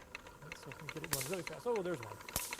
So you can see the arcs hopping between the two electrodes on the Wimhurst machine. So this happens when the charge gets so big that it rips molecules apart in the air and makes a conducting path between the two. But it doesn't last, right? It's just a snap and it goes away. And the reason is that it discharges. So it takes a huge amount of charge on those balls, those electrodes, to cause this to happen. But as soon as that huge current flows by, then it's done. Okay? And sometimes they're very pretty. Oh, I like this guy's. It was a lot better, yeah. Wait, so like, what's your like understanding, basically kind of that in the church steeples and what's so like if you go look at it, like all the old like the old churches and stuff, and like or mosques or whatever, and stuff like that, or if you look at the Orthodox churches in like Russia, the big like weird ball-shaped copper things at the top, the steeples and shit. Yeah. It's like people, have hypothesized and believe that is some way of collecting atmospheric energy in a sense. Okay. For some type of free energy or whatever, almost the same as Tesla. People have claimed that they believe that that we've known about this type of technology or had it for years, and we've just stopped, because why else, people found out that energy in a sense was, you could derive it in different ways, and again, it's probably something that wouldn't work on a large scale, and it's, either way, I just found it to be interesting. No, it is interesting, because then it's kind of, it makes you think, well, we might just think it wouldn't work on a large scale because, if we just scale up the size of a large bowl, but then what if we're able to do it efficiently? What if there's already an economy for energy, and, to where, like you talk about. So yeah, I mean, it's definitely interesting. Oh yeah, no doubt. Because you think about the architecture and design of things. Yeah, and I mean, it kind of like makes sense. It's like I see why people come to the, why they end up coming around to it in a way. Whenever you look at some of the things, yeah, I mean, you can present points, and it can be like, I can see how that correlates. Might not necessarily believe that's, I could find other reasons why, but it's, if you find enough interesting things, and this whole pyramid thing is really fascinating. I really am fascinated to see what more they learn, because that is pretty nuts. Yeah, it's pretty nutty. Yeah. We want to take a quick break real quick? Let's do it. Take a break. Greetings, traveler. You've just landed on the Mikey and Me podcast, and we're back from a break. I had you guys for a second thinking, I need to go back. Something happened to my phone. Number one. What happened on this break? Who did you see in the hallway again? I got somebody. Oh, well, dang it. Well, hold on. Before I get to that, what I did right there was like getting like the equivalent to back in the day with the ringtones, where it's like, hey, hello? Oh, yeah, no, what's up? Wait, who is this? Oh, you just got my voicemail. Oh, sorry, couldn't get to the phone. Dude, my nephew's voicemail is still that. Matthew? Oh, my God. It'll still get, I rarely call him. Man. But then still, I know within the last year, and it gets you, it's like, it's funny, but it's like, wait, you're too old for this shit. Still doing that. Yeah. It's like, this is from before you were born. Damn, I almost want to call him right now, but he'll probably pick up because I can never call him. Yeah, he's going to be like, hey, what's up, Uncle Matthew?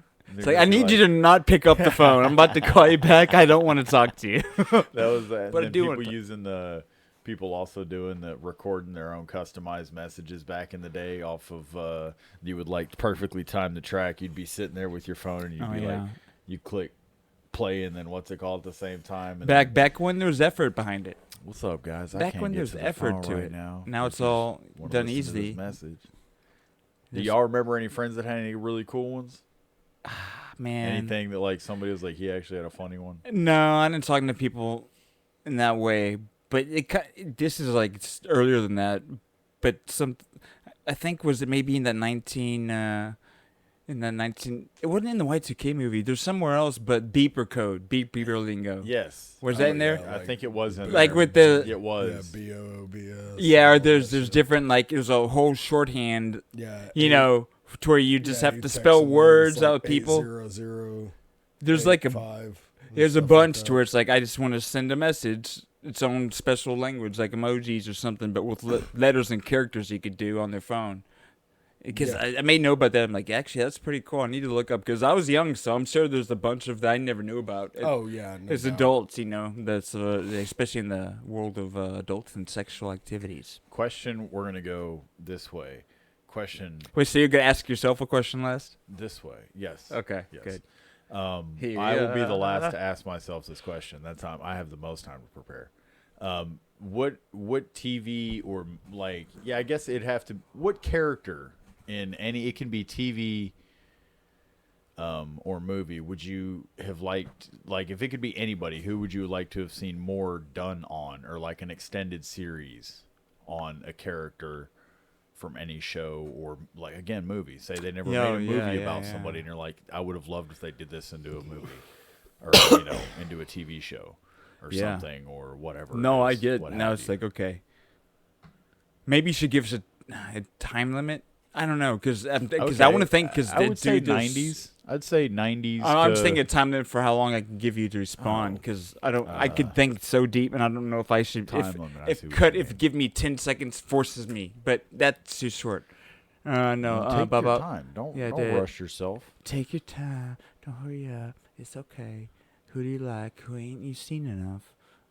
Because, like, for instance, I would think in a way like maybe more of or a whole nother story, or more on, although you have a lot to go off of, but Kyle MacLachlan's character and Agent Cooper. No, that was honestly the first thing I thought. Yeah. Other than the fact I'd want it, but at the same time, there's already so much. Yeah, and just knowing David Lynch, I don't know that there is a good way that. You know what I mean? I thought the same thing. He's my favorite character, but we get so much. I'm trying to think of a small character who didn't have a big part, maybe had a small presence. Like, damn, I would like to know more about. Maybe the midget in the dreams, or the midget guy, or whatever, or the log lady. The log lady been great.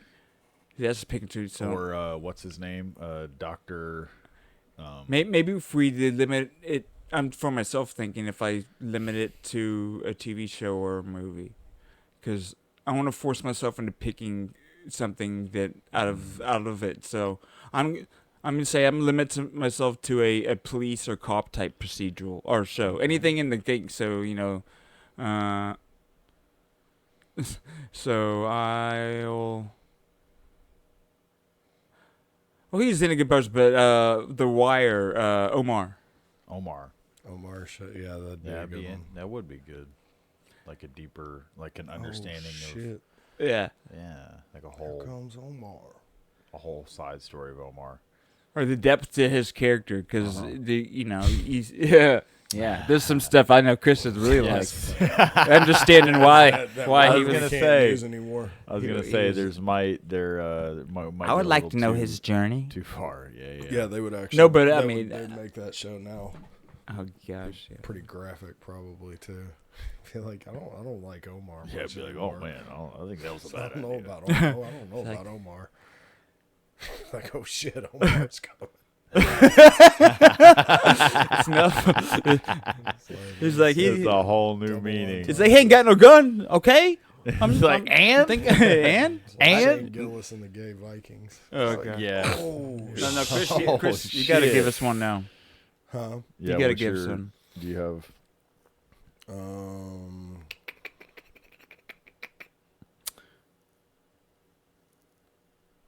I can help fill time. Hansi. Okay. Hansi. From the second season of Fargo. No, Hansi won our ChatGPT battle. I thought, yeah, and I thought you were gonna say somebody else. I thought he was gonna. How about to say, do you need to do someone from Dog the Bounty Hunter? Don't limit yourself. Reality TV Leland. can play it. I want a spin-off show with Leland. No, I thought you How'd were know gonna his say name? Ray Shoesmith. Shoesmith. Yeah, Shoesmith, because I guess he's like a whatever. main character already. Yeah, it's like, I mean, no. Yeah, I didn't necessarily care for like the way the show ended, but I mean, it's like, how do you end it? So Yeah. like, you know, and what do you do after Mr. In that? Between, yeah, how do you end a show like that? I'm very satisfied with it. They did All right, what they Mikey. could do.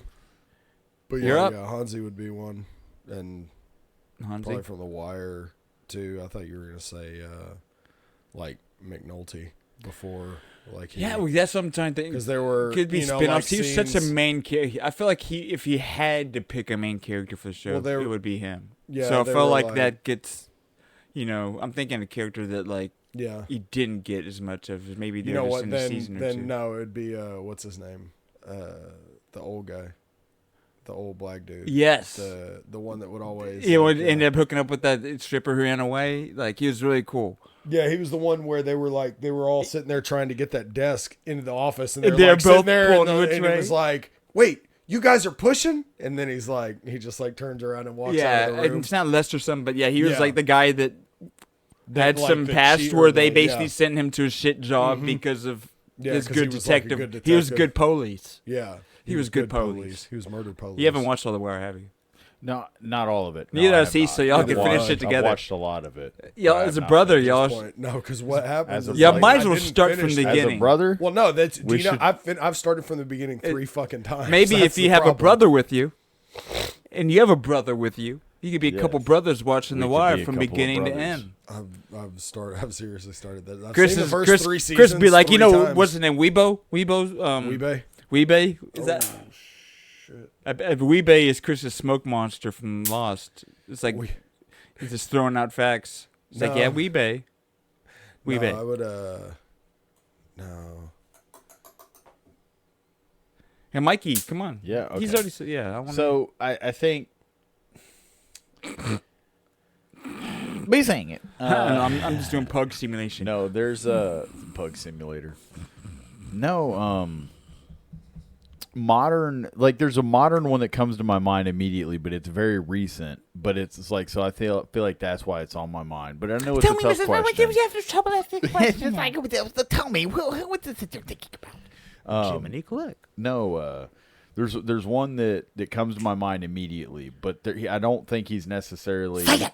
And it's so in spirit of not sitting here and digging too long, I think it'd be really cool to see a deeper like backstory on Brad Pitt's character from Once Upon a Time in Hollywood. Okay.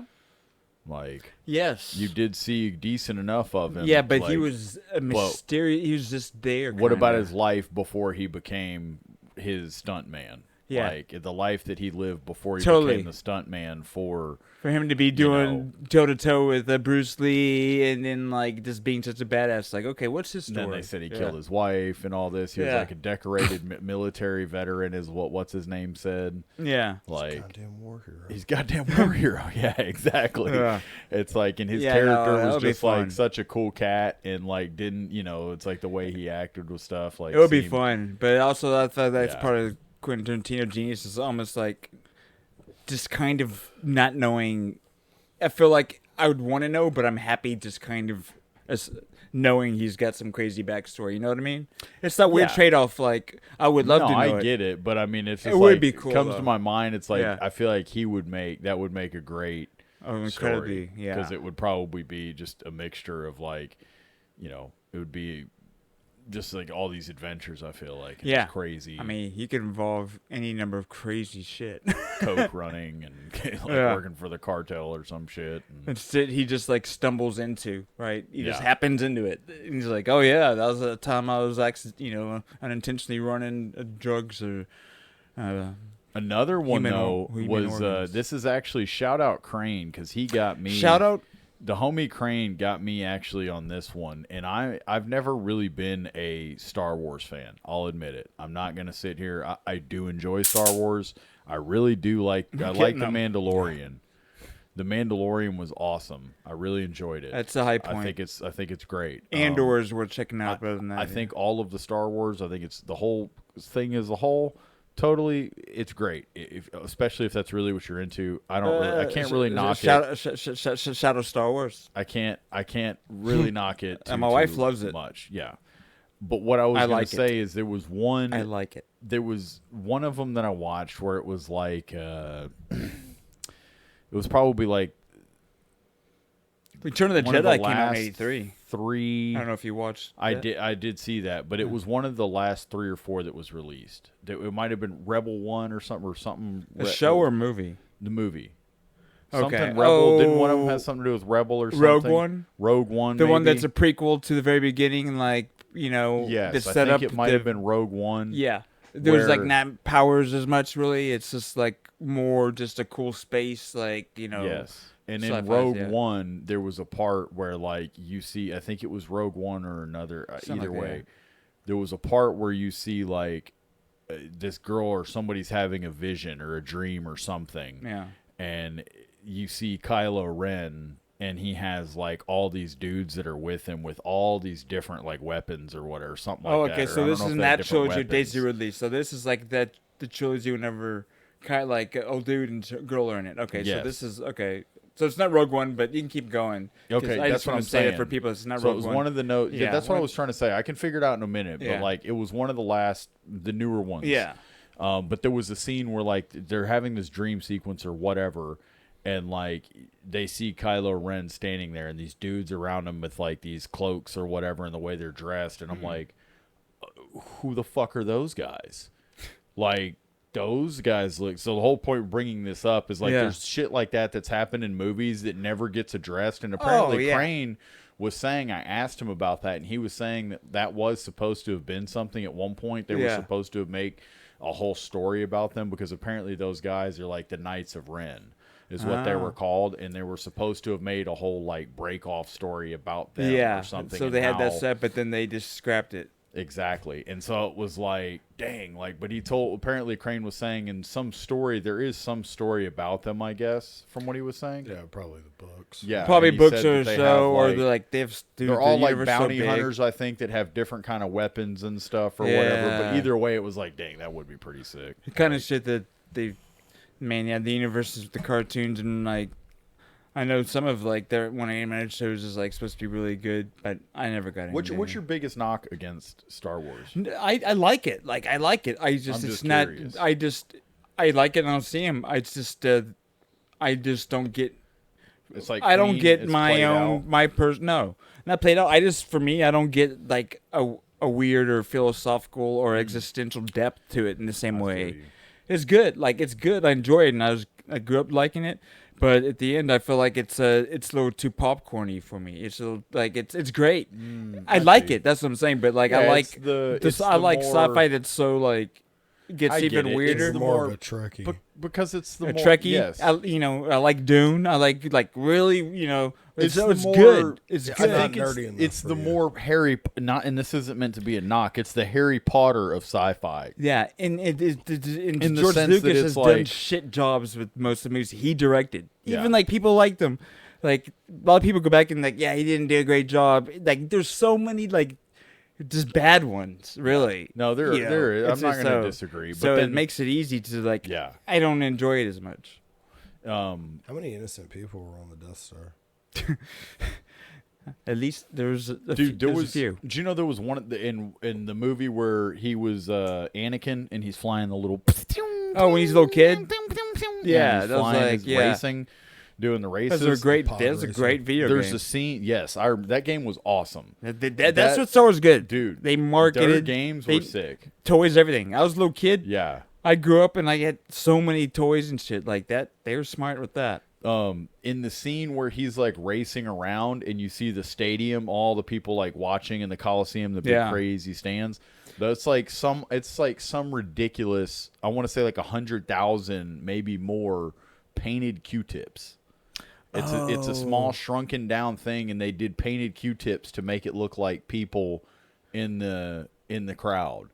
So it's not like whenever he's coming past or whatever in the thing. It's like, when they did the CGI. I can imagine a Buddhist trying to seek enlightenment doing that same exercise. Dude, I thought it was neat because it was just like it was still the way that they've combined in a lot of these movies, like Lord of the Rings as well. The way they use the miniature sets. Middle 8th grade maybe when that came out. Yeah. The way they use like miniature sets and stuff, or whatever, dioramas. And you think miniature set models there and shit. Yeah. I mean, that's the way they used to do so Not much, Werner Herzog. Not Werner Herzog. You want us to get a miniature boat up that mountain? Pulls this boat over this hill. It had me thinking. I know there was Argo. They did that where they did a whole operation where they filmed. It was a fake film. They created a fake film. That was a good accomplish movie. Something. You It was. saw the movie, yeah. Yes. But I wonder, has there been other things that have happened where they did it as a fake movie, really just to do something else? Dude, you can. Like, think about it. You could do all kinds. You can imagine the ones that are good that we just don't realize that was happening. Could you potentially rob a bank? Wouldn't that be a great plot to a movie? You act like you're filming a bank robbery and you get a bank to agree, and then you actually rob the bank at some point in the robbery. Somehow in the mock robbery, it's somehow combined. Dude. We just need to be in the vault. No, man, I'm just trying to think of things that I did, but no, that's a good idea. You just suck them back. It's like, three men and associated with a podcast arrested. I claim to be filming a movie, but you make it believable by like being a long shoot. It's not like we're getting there out like we want to be like so believable, because that's what it would take to actually get the trust, I think, like, oh, these guys are on here all the time, we know where they live, we know all this stuff, we have to be willing to abandon our families too. Somebody robbed 2 banks with an avocado in the last couple of weeks. For real? Yeah. That was it just like in his pocket? No, he had it in his hand. Oh, he thought it was a grenade? Oh, shit. Yeah, For real? He robbed like... that's smart. Like 2 banks. That's smart. Dude, that's interesting. Avocado. The stats on how, how common bank robberies still are and how actually easy they are as far as like getting caught. Yeah, it's not getting caught for a long after time, and we may still be like for the longest time. Dallas was like the highest, like the largest amount of bank robberies like per capita would happen here in Dallas. They closed. We used to, we were always fucking, but like it was so often you never hear of it. Yeah, exactly. It's not unless there's like a shooting or shit. Armored trucks were getting robbed, and too, they also they even shut down, like, that's why now I don't think there's a lot of them anymore, but like they used to have the Wells Fargo banks and stuff inside grocery stores. They shut down the one near ours, like at the Tom Thumb. They used to be in all something, so that's why they stopped having them in the grocery stores. It's like that one got robbed. I don't know if the one over off of Lovers in Greenville still has. Yeah, Wells Fargo's president's like, we're not gonna do this anymore. Just been doing this shit since the fucking stagecoaches. That's it. No more grocery stores. Yeah, exactly. Yeah. That's hilarious. Dude, bank robbers and prostitution, those have to be some of the oldest professions they there really ever be. are. And I mean, dang, like, that's what apparently, it's funny you said about prostitution. I heard Dallas has actually been cracking down on its prostitution. Because for a while, for shame, it had been out of hand. Because really? I'd be driving. No, well, because if you, I know I say buyer's market. Yeah. No, they call it was a bear market. It's a bull. So it was a bear market or the fucking. No, so yeah, we got a surplus of the surplus of whores. Stable of whores. So Harry Hines Boulevard. Everybody back in the day used to know about it. Of course, it was always. I feel like since we were kids, yeah, it's always been associated with been the track. Red light. It's Green Mile. I used to think of it as like I thought it was Las Vegas when I was a kid. I just heard all this stuff about it, And I pretty much thought it was like the Vegas Strip. It was just Sodom and Gomorrah. Don't go down there, boy. But it's you know like what I mean? it literally persisted as to where it's like, oh, we've got a stereotype, and we're still going to be doing it. It's like that, but just way more trashy. I grew up and I saw it during the day, and I'm like, yeah, it's not bad. I drive through there during the day a lot, and I'd be like, it's not bad. Well, then playing softball, it's like where I played out in like the part of Dallas, like Irving, Grand Prairie area, when I would drive back, I would end up using Harry Hines. And I'll come up Harry Hines at night. You make some friends. And, dude. God forbid you stop at a light. I'm telling you. Oh, dude. Oh, they'd be at your fucking They're all over the place, just like walking around. Like, and when I say, I mean, they're wearing like shoestrings. Yeah. And like pasty. So their shoes like are laced up. Yes. Okay. Like they're wearing their out shoes there are just unlaced. like bikinis. They're wearing the shoestrings. It's like they're not wearing shoes, dude. It's But they might like blatantly obvious. It's like it's not. Oh, that's just probably some lady. It's like nobody wears that. Yeah. To just at 11:30 at night, just hanging around stop signs or on traffic a Friday. lights. Why is there? Yeah. Why are there 15 of these women out at this time on a Friday? They're waiting on the party bus. That's what it was. They were on their way for it. But then it started getting cracked down on. I remember I brought you say like in the last year or within the last 6 months to a year. I feel like the cops whenever they got it's almost rid like of, whenever they want to have easy money to boost the stat, we'll let prostitution go, solve the shit. So we need to look good. Let's go ahead and crack down on this now. I don't know. I agree with that. But here's the thing that makes it weird. I'm almost positive we could look it up. But Dallas police had dissolved their gang and vice units for a period, like a while back. They dissolved their gang and vice units. I can believe it. And so I've seen enough cop shows to believe that's possible. When that happened, of them dissolving their gang and vice units, it's like at that point, it's like, okay, you're putting the same workload now you've increased the workload of the regular everyday cop. Yeah. It no longer falls under the purview of that's vice or that's gang. And you don't have a special unit touching that, which is its own unique problems. Yeah, so now you're just going to overwhelm the already overwhelmed system. It's called politics, man. And so, I think it's probably a direct result of the defund the police movement and stuff. Oh that, they just had to cut costs. Well, no, it's not even that they actually defunded. It was like you had there were a shitload of cops that just fucking quit or retired, like good cops that were like, what's the point? If I go out, if I do my job, I could end up being charged and, thrown under the bus and all this. And, if I don't do my job, if I don't do what I'm supposed to, if I hesitate in a moment where I shouldn't, it used to just be a thankless job. Now it's a job where you doing it. Yeah. And if you slip up, you might become crucified. So the idea was that it was like you had a lot of the good cops just walked away from it, and the ones that were like, no, a lot of them took their retirements and then walked away. And then you add on top of that the actual defund the police, and if people reducing budgets for different departments and stuff like that. Multiple factors. It's like you may still have all those guys from Vice or whatever, but it's like because you've lost all these, different you have to combine them all, and it's like, hey, I know, where it's like reshuffling the deck, that it's like, hey, okay, everybody get in here. We used to have 5,000. Now we got 2,500. Okay, so let's figure out how to divide. And every piece isn't perfectly interchangeable. Exactly. Like you get a unit that's used to working together. It takes time to be efficient. It's like, bring somebody new in.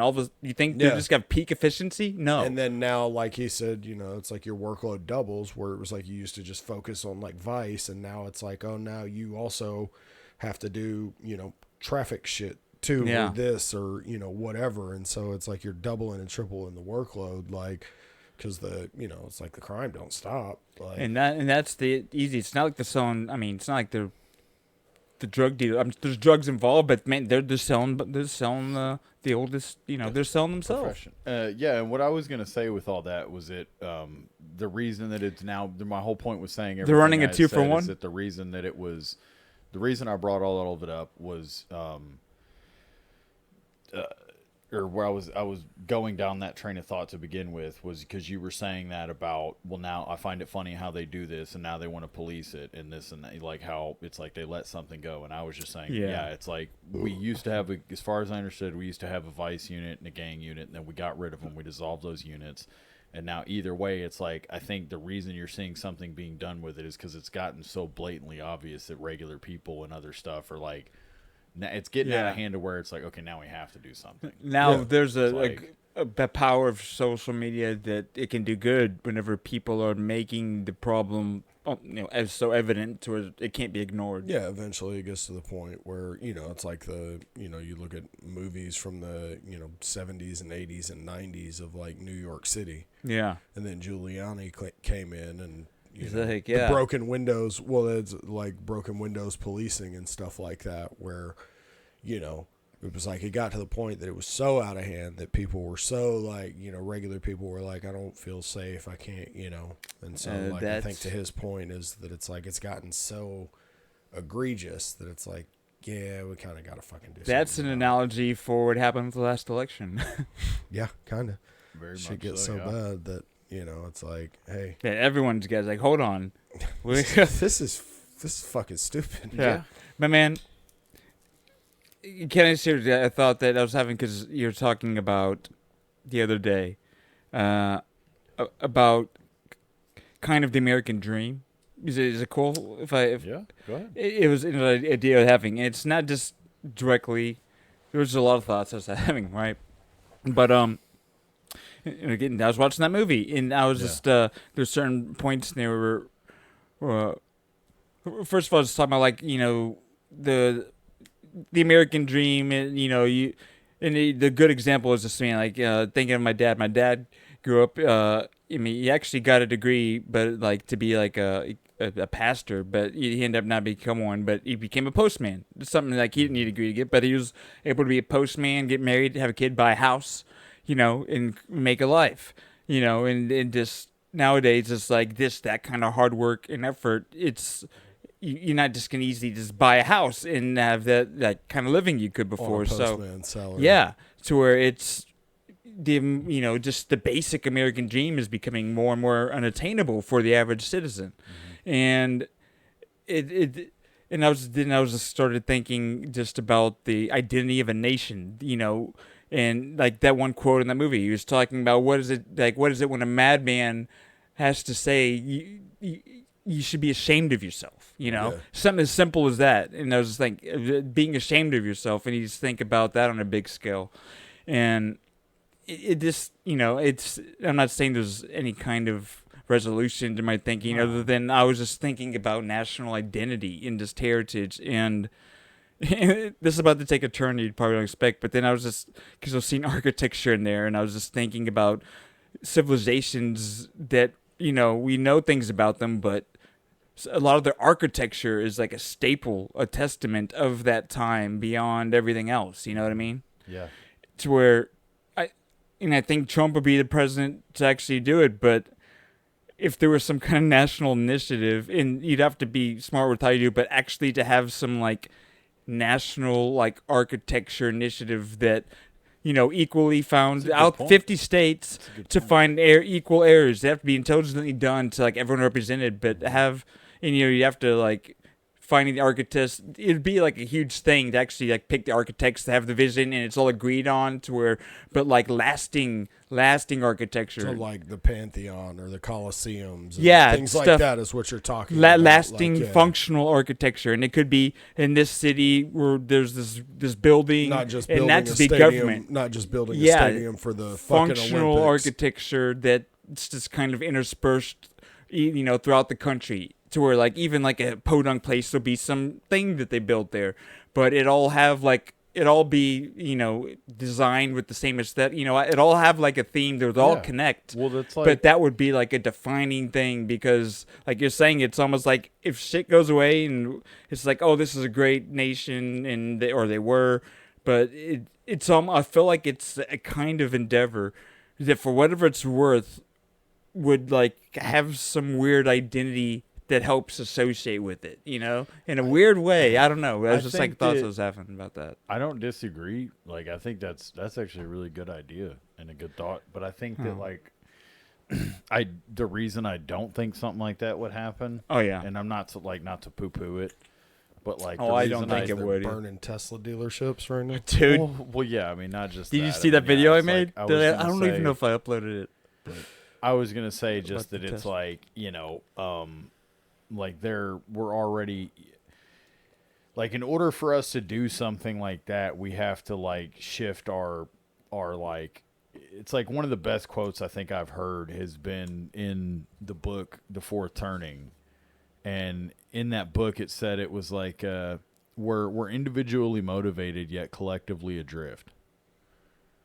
And that's like exactly like the best way you can pretty much sum up the United States. Yeah. Individually motivated and collectively adrift. So the reason I don't think something like that would happen is because it's like everybody, all of their shift is just, all of our consciousness and our mental, like, spotlight is being shined on just one thing. And it's like paying bills and surviving and doing this. And it's like to have this, I don't know. I don't think that, and I don't think. And I'm not saying I don't think it would happen. I just think I think it has the best chance of happening if the odds statistically of all the past leaders to now. I just think the odds of all the stuff Trump has done, and he's just said, "Hey, we're building a wall. Hey, we're doing this." Yeah. To where it's like, if anyone, he would be the one to do it. And he has made the points about like, look at Dubai, it's great. Look at how amazing this place looks. To where like, I just say, if anyone. Yeah. Yeah. No, I know he had said stuff like during the campaign and all that about, because what is it, this year? It'd be the 250. Is it this year? Yeah, no, it's 70. No, it'd be next year, 76. So it'd be 26. Next year is like the 250 year anniversary or whatever.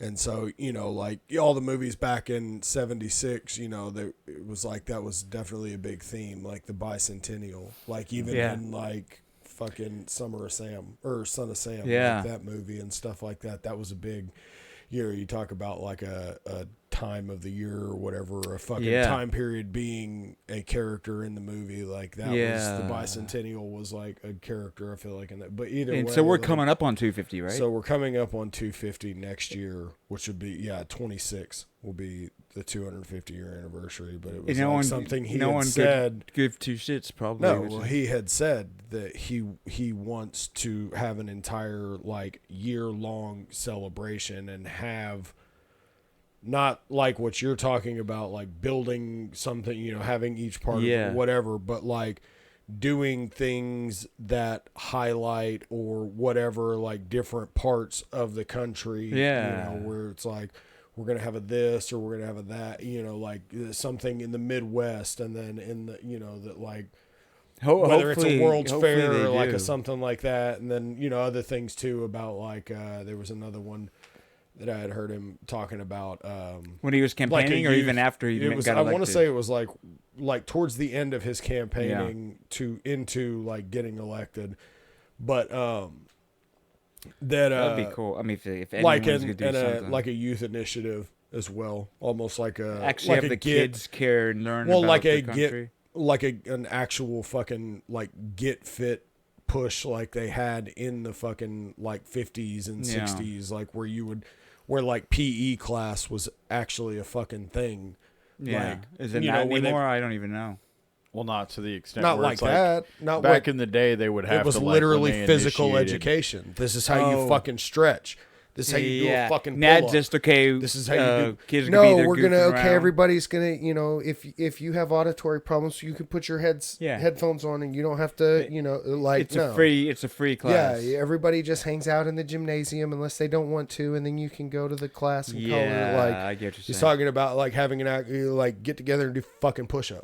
Like everyone's gonna be at least break a sweat. Be fucking Well, it's like it's like go back to those times, where it's like that's when, they talk about Make America Great Again and stuff like that. And everybody's like, oh, he's talking about make it white, this and that. And it's like, no, he's talking about a time when like people actually had pride in their country. And it's like, you can say that about any fucking thing where it's like, yeah, exactly. You're like, oh, drink more water. Oh, you know who else drank water? Yeah. It's like, oh, okay. Yeah. It was like, yeah, bad things happen then and good things happen then too. He's obviously not talking about the bad shit. He's talking about the good things that happen, and it's like, it's like, I think, kind of like what to Mikey's point, talking about cohesion and stuff like that, and collect or singularly focused and collectively adrift, where it's like people talk about the, like how much 9/11 sucked, but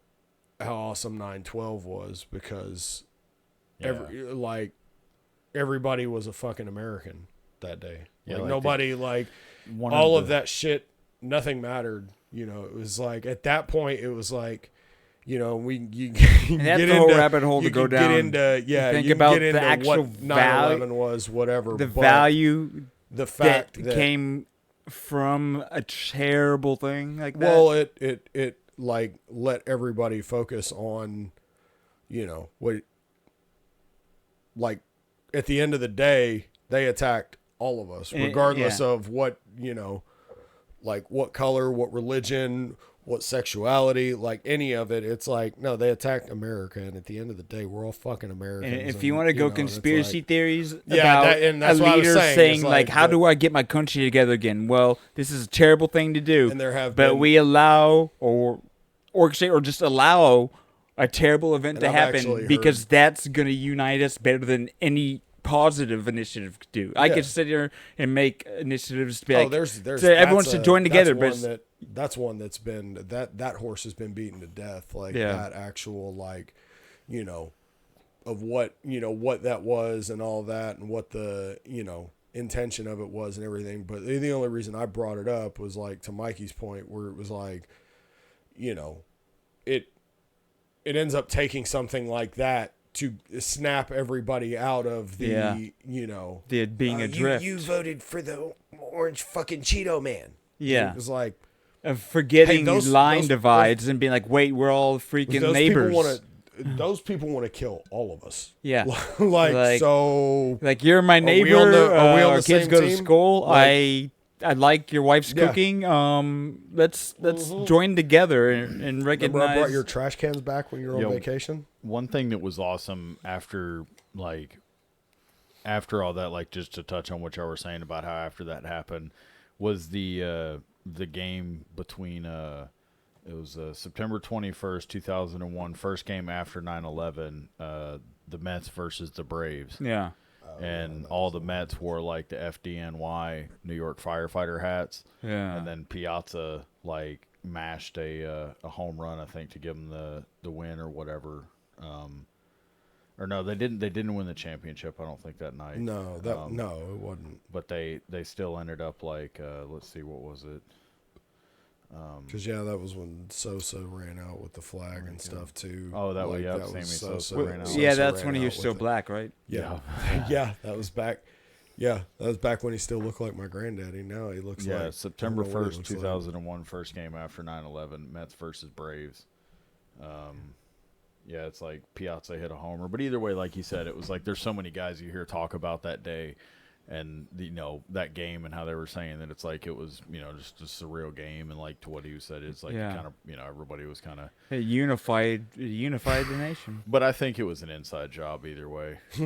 Whether or not it unified us, I think that they probably did that to us. And before Stanley Kubrick died, he probably wrote the script. Whether it was melt steel beams. Whether it was intentionally like I said, or there was whether it was intentionally done, or they just let shit slip through. Hey, dude. Or it's like, and like I said, you don't have to do it yourself. Well, you just have to put people that push people in the right direction, or just allow certain things to happen. Well, or it's kind of the same thing that they talk about with the Butler, Pennsylvania, and the Trump stuff, the assassination attempt, where they call it.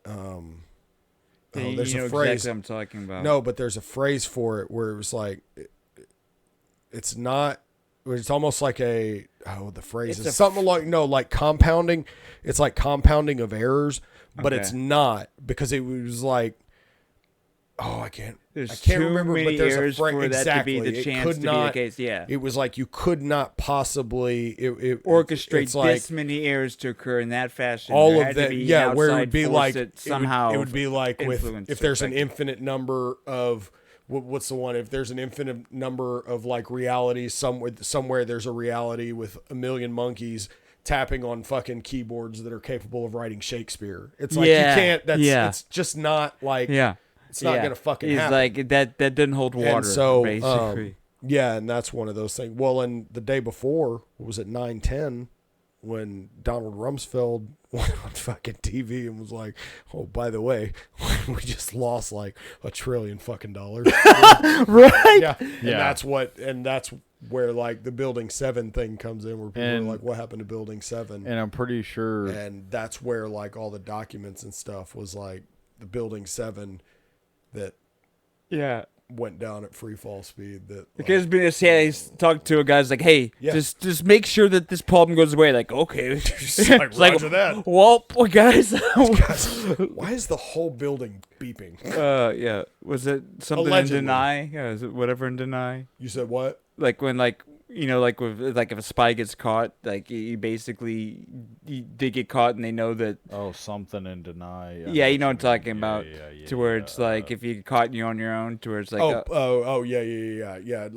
like an expendable asset. Basically, where it's like he acted alone. Yeah, I was trying to see. So there was one of the craziest things, and this might not be something I should talk about. The craziest things. The people need to hear the this, Mikey. 9/11. All right, dude. I mean, I might be distancing as you're reading. I'll do my distance meter with my hands. I just want to say I'm a happy person. Oh, it's you exude happiness, Michael. I do want to get that Jenga thing this week and be casually playing Jenga, because that would be funny. It would just be fun. No, there was some art. Or we could just make a beer can pyramid. Or you could be like Matthew McConaughey and just make a beer can art. No, beer can pyramid. Honestly, that might as well be a thing. Like trying to make a pyramid. Talking about the other week when I look at all the beer cans. There's like all these beer. But you know what I appreciate about the Smiths? These are guys who drink beer. And they don't have like a half. They don't have a third. There's not a sip left in these beer cans. No, I don't fucking no. That's how fucking Salazar was. Where like I mean, I'm guilty too. You'd be like this much left in the bottom of it, and he'd be like, "Oh, I'm not gonna drink. That's all the backwash." I'm like, "What the fuck do you do to your drink? Like, are you just." Yeah. Like, are you blowing into it while you're drinking? Like, no, I'll just forget, but it's like, no, a Smith. No, every sip is accounted for. It'll happen every now and then. But you get count on two fingers. I try not to, You waste not, why not? You don't want to make a bad habit. Well, you don't want to waste. You're doing math. You don't want to develop a bad drinking habit.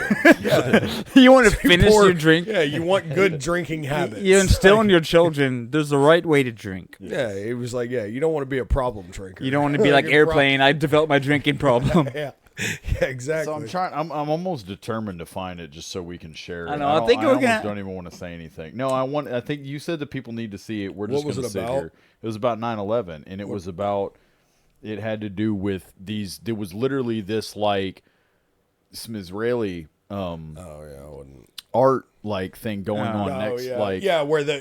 and none of them showed up or something that day. No, it was some ridiculous like. No, there was photographs of like these people in this room of them like working on the stuff. They had like it was a building next to it or some shit, or it was in the Trade Center. I think they were in the Trade Center was the thing. Yeah, and there's like photographs of this like these boxes, stacks and stacks of these boxes, and like somebody went and looked up what the boxes allegedly the numbers and stuff on the boxes were from, and it was like. Detonation fuse or blasting cap, whatever. It's like stuff for I think it was detonation fuse for like thermite. No, but it was like the art program or whatever, something. Yes, it could have been. I think maybe it was written. Oh, so it's a plain thing like they detonated. They did something more to actually make them fall over. It was just a weird coincidence. It was a weird, and again, it was it looked like something that they were. It was whatever the fuck they were doing. People are suspecting that like they were not doing what they said they were doing. They were doing something else. It was like they tried to say that, oh, we're just doing this. Okay. And people kind of dug into it and they looked at it and they're like, well, this kind of seems weird actually. When they really like, yeah, I'm gonna find it. Hey, there's any number of number of people that like would have had like that's why. Again, too, where it's like, was it a bunch of people, was it 6 fucking people sitting in a room together, under candlelight being like, okay, so here's the plan. What we're going to do is you're going to have this and then you're going to do this or is it a bunch of people being like, hey, so maybe if like I just didn't do anything and then you just didn't do anything and then maybe we didn't show up to work tomorrow. Maybe this will all go away, and then it's like, really? Son of a bitch, I'm calling in tomorrow. Yeah. And then it's like, and then they're all calling each other like, holy shit, bro. He's like, thank God that happened. It fucking worked. Yeah. He's like, we're going to make billions. And it's like, well, we just lost billions, but we're going to make so many more billions, and then you get into like the, like Cheney and Halliburton and Baker Hughes and all the no bid complex. Well, and the no bid contracts that went to Halliburton to go in and rebuild like all the infrastructure. I mean, literally down to like, I mean, every fucking nail was, awarded to like Baker Hughes and fucking, Halliburton. Halliburton. And for me personally, that doesn't like make me think they're behind it, but it just makes me think, okay, they're the ones who immediately capitalized on it. Yeah, well, and it was like that was the thing about it's like whether it was intentional or not, that would be the same behavior. The way they went about like capitalizing on it and everything in that moment, like that was its own crime, whether it was a part of the overall whatever, or if it was just a crime of opportunity on the back end. You can look at COVID in the same way, in vaccines and shit. It's like, oh, were they behind it? Was China? Was Zeus behind it? Well, you can see how people immediately made insane profit after it. Yeah, well, it's literally the largest transfer of wealth in human history that occurred, like from private citizens to like large corporations. Like it's like the amount of small businesses and restaurants and everything that like were shuttered, and then you look at like the record profits and everything that all these companies made. I know. That's the crazy thing, else, like the small business, but like the actual like stock market and things in like certain industries. Yeah. It was crazy. Like my job at that store, the glasses place, had a banner year. Mm-hmm. The year 2 had COVID. The job that I was just at Cornerstone, they had like the COVID effect for them. What they did, it was through the roof. Like they made so much more. They made how much? These businesses made so much money for whatever. Like in those building. Well, for brands. one, that's what I was about to say. For one thing is like it screwed them, right? Because I was dealing with it. To where we do our annual forecast in one of the traditional ways to do it is you look at prior years and you look at things and you just, again, I talk about like capitalism and things always need to be growing. It's like these are the last 2 years they did this well, so we're going to forecast we're going to do at least this well and whatever. But it's no, the COVID effect from some business, like in big business, where it was like times X. Yeah, but whatever. High to where they did so good to where they're forecasting towards like, oh, we're not hitting forecasts, we're not doing as well. Yeah, it's like because that freaking aberration of COVID was a huge outlier in some instances that made them do so well, and then they're not just going to do that well they again. Tried, so it's like so literally we underperforming, chasing the dragon. Yeah, they're literally chasing the dragon. They was like how motherfuckers get addicted to heroin, where it was like that high. Yeah, that all the directors and all the managers are just like how many things went into that too, and it's like, and you think about like the one that comes to, I mean, I'm a fucking troglodyte, but like the one that immediately comes to my mind is the amount of money that like not initially because like the leases and stuff had already been signed, but you know, when you started to go into like you worked remote like for the whole fucking day, like from way beyond COVID. it. And so it was like that's the thing. It's like you figure they signed a 4-year lease on the fucking building, the office building that you used to have to report to every day. Yeah. Say they were 2 years into that lease when COVID hit or whatever. And, you know, it's like, so yeah, they had to eat it on the 2 years that like you weren't in the, but then it's like, wait a minute, we can fucking have all of these people work from home. We don't have to deal with the fucking, you know, the office lease, any of the, you know, the electricity, anything with it. Yeah. And so it's like, and then spread that amongst all across the country to all the offices you have everywhere. And it's like, you're talking about like millions and millions. No, yeah. The crazy thing is I was like, I've noticed this like my last job, but I was like looking at how we're performing and how we'd been. I'm like, do you think these prior years COVID is any kind of a baseline at all?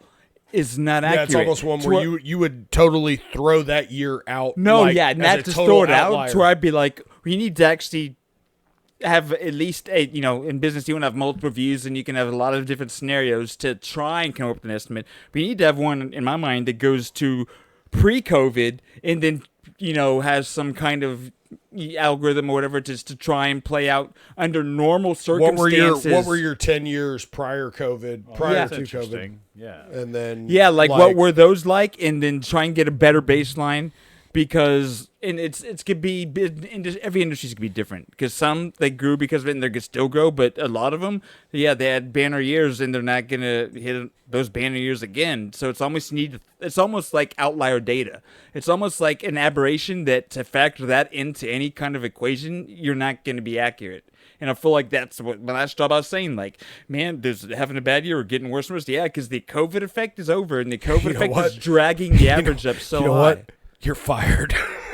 Like we don't need that. We don't need that kind of thinking. I'm sorry. You know, it's new year, new me. We're positive this year. Yeah. We don't need you telling us that we're not. We got to stay growing. My bonus is tied to this. My check is, you know, I've got to deliver results. Yeah, dude. It is nuts. Like just the way that. Yeah, and I mean that. It's crazy too. Like just seeing the way that like the work environment has changed. Like just from like working in a warehouse and stuff like that. You know, where it was like before COVID and stuff like that, where it was like I could count on one hand, I feel like, the number of times I've been at my job almost 20 years at this point, and fucking I could count on one hand prior to COVID the number of times they like canceled work because of the weather. It was like the 2011 snowstorm when we had the Super Bowl here. Yeah. And then there was like, you know, there was like one or two. I mean, like seriously, I think like they canceled work maybe twice, 3 times. Like probably I started working there in 2006. So you figuring COVID was what, 2020, 2006 to 2020, maybe 3 times they called our job because of weather. Now it seems like every year, like, and I mean, I'm not tripping, you know, if they're like, hey, we're not working tonight. It's like, it's almost like because they know that school, like, it's like we got these holidays kids became, you know, in there. We're, you know, it's like becoming self-aware where it's like, oh yeah, fuck this. Like, I'm just, because even, you know, during COVID and stuff, they were, you know, where it was like, they were just telling people like, hey, if you feel sick, don't come to work, you know? And so you'd have motherfuckers calling in and be like, hey bro, I'm gonna call him tomorrow, and I'm gonna tell him like I fucking been coughing. Yeah, and then they like couldn't say anything. They'll be off for 2 fucking weeks. Oh yeah, and quarantine. Pop back up, bro. And dude, my the Scott, COVID criteria would literally be like, and you might not test positive, and you might not have symptoms. So basically, they just told everybody you have a free pass. It was like maybe if you smell things more clearly and you see colors brighter. If you feel better today, that's soft COVID. And the funny thing is, that affected things to where you had honest people who were living by those standards, which is fine. I'm not saying it was right or wrong. I'm just saying they were following them, and they were taking themselves out of work and equation. And then you had the people who were like, oh, I can game the system because of this. And then you immediately, the effectiveness and the output of the national, like your GDP, just everything, just because you have, dude. It's so and crazy. and that was the thing is like there was never a unified message about any of it either. It was like, it was like, don't wear the masks because we want them for the emergency personnel. And then it was like, no, it's actually probably best that we do wear the mask. And it's like, but they actually don't actually protect you at all. They don't, but they do, and it's the most effective thing you can do. Yeah, he initially didn't even say that they were false. He just straight up lied, and then he said that, like, yeah. He then later said because then he came back and was like, "Oh, we said that because we didn't want there to be a rush on the masks because we wanted them for the hospital workers." Oh gosh. Because that was what it was. Was he was like, "Oh, the masks, they not there's no need for them, blah blah blah." And then, when they called him on it, that's when he was like, oh, well, actually, the reason was altruistic, and to accuse me is to accuse and question science. That's actually a direct quote. He called if you, what was it? It was, if you question me, you're questioning science. It was like, holy shit, Oppenheimer, I am become science? Yeah, that's what goodness. I didn't realize I was speaking to God. Like, what?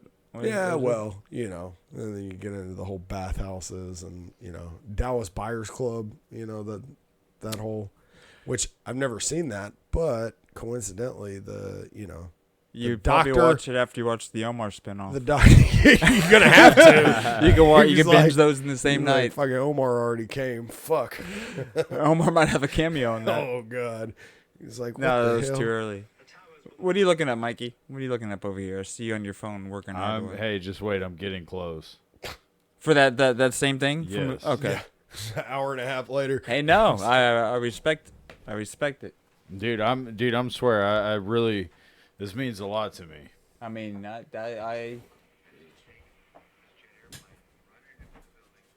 Oh, Pug. Could I get one?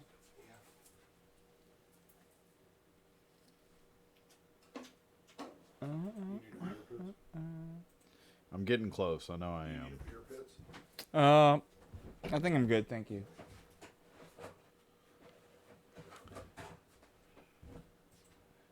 So I guess while you're waiting, I can share some more of my deep thoughts. What else is that? Deep thoughts? Yeah.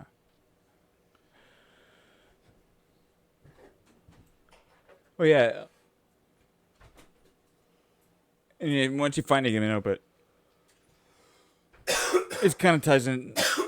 It can kind of be into the same idea of the American dream to an extent, but not totally. But because I was just thinking, there's the terrible system that we work to. It's like, and of course, this there's. You could poke holes in all kinds of it, but there's a certain logic to where, okay, it's like, say I'm applying, like, and I'll just need the job of a manager is a decent road to where, like, okay, a lot of places, the most important qualities to be a good manager do not at all require that you went to school or have a degree to be a good manager. Like, you can have had life experiences and you could have managed you could have any number of things to where you could actually do, and you could quickly learn others, like, because you talk about certain positions and we see coaches. You see certain people take on coaches. They never did coaching, whatever, but they're natural. It's literally what, like, the military structure. Yeah. Where, so, like in movies and stuff like that, you always see where it was like they talk shit on the officers and stuff like that. But then they talk about, like, the NCOs and all that. Yeah, the non-commissioned officers. Yeah, the non-commissioned officers, where it was like almost like what you're talking about, where it was like, because your officers are people that are college educated that went to school and then went into the military specifically to be an officer. Yeah, generally it was like you will get ones. You will get ones that like did the grunt, but then went to school to become an officer to get their commission. Or whatever. But that's what like the phrase NCO versus like an officer, and so it was like in order to become an NCO, it was like you need to have done, 10, 15, 20 years at this job as a fucking like a worker. And then you've got this guy that's like fresh out of college. That knows all the theory and knows that, this was the, who studied whatever, books towards like, okay, this is how it's done. I've read, it was like, I can quote Clausewitz, like chapter and verse and all this. Great. And it was like, but I can't read a compass. To put in practice, or actually have a group of people and manage them effectively. It's like the scene from the movie Platoon when Charlie Sheen's character first gets to to Vietnam, and Elias, what's his name's character, Willem Dafoe, like he jumps off the fucking plane or off the chopper, and he's got like all this shit on him that like in basic they told him, you're gonna need this, and Elias immediately like just starts tearing shit off and throwing you don't need this is going to slow you down. You're never going to use this. You're never going to use this, and like, it was like that actual, like been in the shit, like knows what's going on. It was like, that's actually so more same valuable. kind of value. So it's like the same thing I was saying. So in like in the business world, right? And the thing is, it's funny. It's not funny, but it's like, it's tragic that businesses who go out of the way so hard to hire the right person for certain roles, and it's fair that you have to have filters and criteria, but like there's I'd like to think there are easy ways to come up with smarter filters to figure out if a candidate is a potential candidate without it being you have a degree in this and then a master's degree in this, to where you're limiting. And then, because even you get all these people with degrees and they don't do the job well. It's like, and you spend all this money on the system. These people pay all this money in this game, but it's where maybe they know the job, but they can't work within your system. Yeah, or they can't. So I'm saying, like, there's candidates out there, I believe, that if you could have a screening system. It could literally be like that's the whole cover letter or something like compelling. Just write something or something that is convincing that you're good, you can do this job, and then get an interview. And because I feel like there's candidates out there that could do the job and excel amazingly that they don't even consider because they don't have these criteria that are part of and it comes to the idea of like, you have systems and you have things that work best, and people like literally all the economy is built around, most of it, people who follow these rules and systems, and that's fine because it does work to a point, but then it's almost, I'd almost want a person who's been incredibly successful and not been schooled on anything, because however they came to success, however they found it, and whatever outside the box thinking they did is going to be probably because they had the confines of classical education. That's like what, that's actually, I know I talk about it all the time, but like the Timcast or whatever, like what Tim Pool talks about, because he was actually a high school dropout. And he runs one of the biggest shows on YouTube now, and he actually talks about this. He talks about this very thing all the time when it comes to like hiring people for his company, whether it's somebody that does video editing and this and that, whatever. And he was like, I would, if I'm looking at two resumes and it's a guy that has fucking 4 years of schooling doing, video editing and this and that and blah, blah, blah, or this guy over here that has just been making homemade music videos and doing this and has a fucking, background in Adobe and Flash and every fucking thing else, that like all these different, tools, that it's like, because this guy's actually been doing the thing, and this guy just knows the theory of the thing. So he was like, this guy is this guy right here has probably already run into the problems and troubleshot them, knows the shortcuts, knows the back doors, whereas this guy knows the theory and knows all of this, but he's never actually run into what happens when the theory doesn't work. Yeah. You know, and I actually have to figure this thing out and troubleshoot it on my own. Yeah. He has to go through the process of creating all these shortcuts and backdoors. Yeah. Whereas and if you asked him all these things, he'd be like, "This is how I do it. This is it. Oh, where'd you learn that?" It's like, that's just how I do it. That's how I figured how to work. Yeah. Where it's like, "Oh, I shit." literally think about like, you know, homeboys like Fox or the fucking internet, you know, stuff like that, where it was like, we'd be sitting there and, you know, they'd be like, oh yeah, blah, blah, blah. You just like embed a video file on somebody's fucking page. And it's like, what did you do? You're just like, oh, you just fucking right click this and yeah. And it's like, and they were just punk ass kids like doing it that just knew like their way around it. Yeah. Whereas like, you know, there's people that go to school that study how to do it. And it's like, well, actually you can't embed a text file into a this and that, because it's like, yeah, you can, you just backdoor it, but you open up Flash and fucking, you know, whatever. It's like, oh no shit. And so, it's like theory versus practice. Like, is what it ultimately I feel like comes down to. Practice and just actual evidence of if you just being able to do that task, or just how you came to do how did you figure out how to do it without, you know, the definitions that, again, like, because they're all work in the theory, economic and different theories, they're like they're best practices, but they're not always the only way to do things. Well, that's evident. Themselves. Yeah, and I feel like that's evident.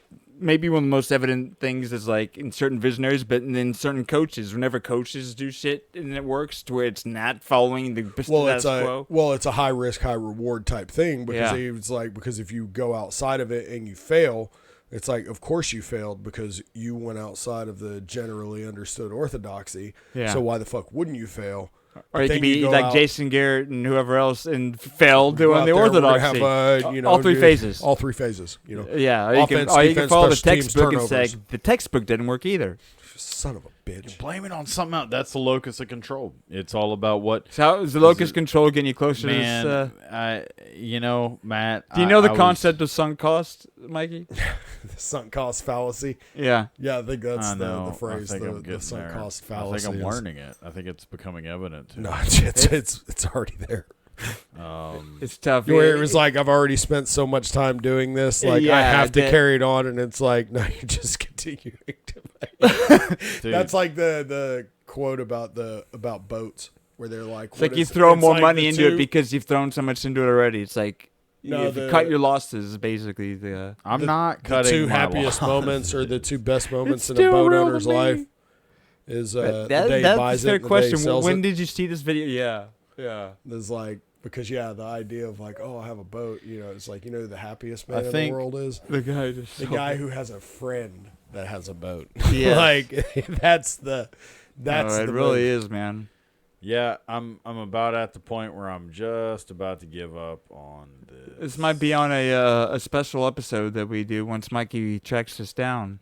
So it turns out he can't find evidence as the little hat people did. Funny thing is, between now and then, Mikey's going to master enough to manufacture a replica of whatever this was. I need you to write me. No, it's something you saw recently. You saw years ago. Dude, no, it wasn't years ago. It was a while back though. But me and okay, no, I'm just he's equivocal. No, I believe you. Yeah, it was a while. You see the humor in it was in a while the words. back. It was not like a week. It was within and 6 months. I had sent it to my buddy Crane. And me and him sent a bunch of shit back and forth. But the problem is task him. Did you message him? Well, my thing is that like shit gets taken down, and so. But Crane's a guy who might know exactly how to which one it is. You think? I don't know. It's like because it's so He'll far tell back. me he's it's fired. a thing, and there's so many joking, different look. ones. You're it's fired. like because him and I were on this like sharing spree for a while of just like World Trade Center shit, like fucking 9/11 conspiracy theory stuff, and then it was like so that's how you guys bonded. Okay, one of us, yeah, that's how. After 14 years of friendship or 13 years, that's what finally really bonded. brought you close. Yeah, no, but it's like I was even through scrolling back 9/11 through all made this. Made my best friend. Through scrolling back through all this, it's like there's so many different ones that are showing up as like content unavailable. Oh, might have been taken down. That's what I was saying. It's very reasonable that could have happened. And yeah, I think, but that's the thing. As soon as I click out of where I'm at, that's it. I'm definitely gone. I'm done for sure. No, but honestly, it probably got taken down. Like, if you're saying you're stumbling across enough of those content available things. Well, if the people that you say did it, it wouldn't surprise me that it got taken down. So I'm now clicking out of this. You know what's funny, Mikey? What? Yeah, I was like, the people need to know. I shouldn't have said that. You shouldn't have. Guys, I think if you look back, it's like if he didn't say that, Mikey wouldn't have been compelled to look for this. How do you explain this? Chris is about to do a magic trick with this $20 bill. No, there's no magic trick. How do you explain that, Matthew? It's an illusion. No. Look at it. Oh, yeah. I mean, how do I explain it? Yeah, they put the Twin Towers on the back of a $20 bill, bro. How do you explain that? Well, I'm voting for Chris. He was like, well, that settles it. It was like, it was true. No, it was just something I'd seen years ago. No, so you fold it. Yeah, so for everybody watching, you take a $20 bill, fold it in half, and then with the face side in. Yeah, so the face side is in. So you got your face side here. You close it so the face is closed, and then, which I guess it's the top side here. No, well, either way. No, I'm just. There you go. Because yeah, it's already been folded. I've never had to fold it for somebody else. Now hold that up for the camera, real close, Matthew. Oh, look at that. It's the twin. No, you got to pinch them together. Look at those. Look at them. Yeah, Twin Towers. It's the Twin Towers falling. It's like, son of a bitch. He's right. Why did they put that on our money? Why do you have to fold it so specifically? Look at cutter funding again, Mikey. We it's just got it back. We got $20, guys. Just got it back. You guys are fucking about, and I'm over here doing scientific research. Someone's got to. Someone's got to. You guys want to see what happens with a 5? There'll be a draft that comes out of nowhere, and the 20 just goes into 5. It's like, holy shit, guys. I just think of like happen. The Rock in the Reno 911 movie. The grenade drops. Well, it's like, in the meantime of me scrolling to find this between me and Crane. I'm about to have a bathroom check on you, buddy. In the meantime of me trying to scroll through there and find this, I did find a funny meme that I shared to him. And it says, imagine how fucking bad this place stunk. And it shows the bedroom in Willy Wonka. Oh, yeah. I've seen that one. Where it's like, we're not going to talk about. Should send it to me. We're not going to talk about. We're not going to talk about what a piece of shit uncle. What's his name? That stayed in his bed. You know what funny thing is? I put that movie on within the last week. Fucking family came make rent. Everybody fucking starving, but he get his ass out of bed to go to the candy factory. That's a huge bed. There's like he's not the only one in that bed. There's a bunch. Big. And Charlie brings that bread there because I literally had this movie on the last couple of weeks because I think Tubi I saw pop up or something. And I was like, oh, I'll put this on for my daughter. And even as young, I just put it on the background. And he comes there and he's like.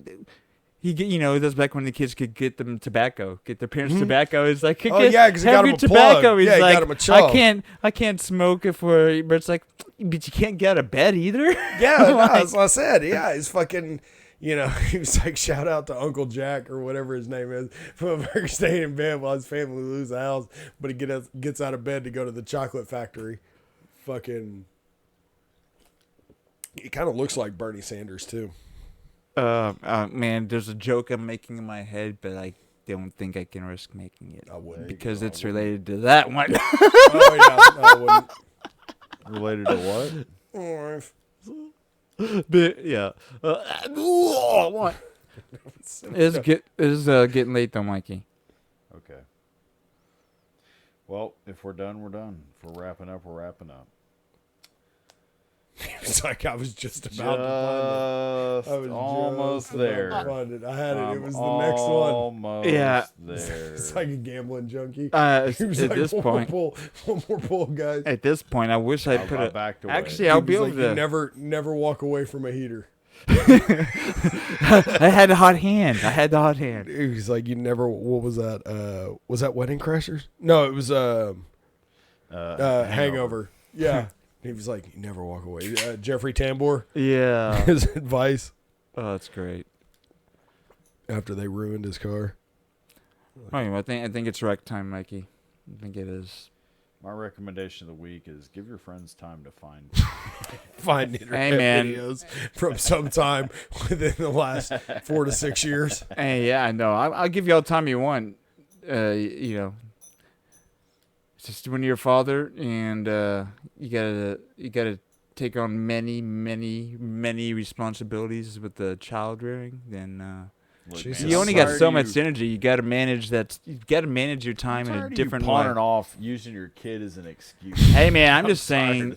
Your camera died concept, out. Like, that's the concept of casual time. Hey, look, now he's gonna use this as an concept excuse. of casual time. He's gonna be like, look. He's gonna be like, look. See, this is the point. Camera stopped working. It's time to get out of here. Casual time management is a whole. Would you say you've become better or worse at it? Oh no, I mean I think I'm as good as I could be. That's not pretty much S tier, actually. If you're. But that doesn't mean that. Well, I really hate to hear that you guys were talking about. Should we take a bathroom break before I get into my segment for the week? Yeah, it's like my deep dive. My segment for the week is patience. If the door it's a virtue. And you try and go through the house, just go on the side. The alarm's gonna go off. My lesson this week is patience with your friends. Be patient. Is this was you teaching us, wasn't it, Mikey? I always call Mikey the great teacher. I call Mikey the great teacher sometimes, and I forget. I know you're the Papa son, and I'm the. What was it he said in teacher son? Walk Hard. He was like the Methuselah or whatever. If so and so has been called the Methuselah, then he's the something of his generate the prophet.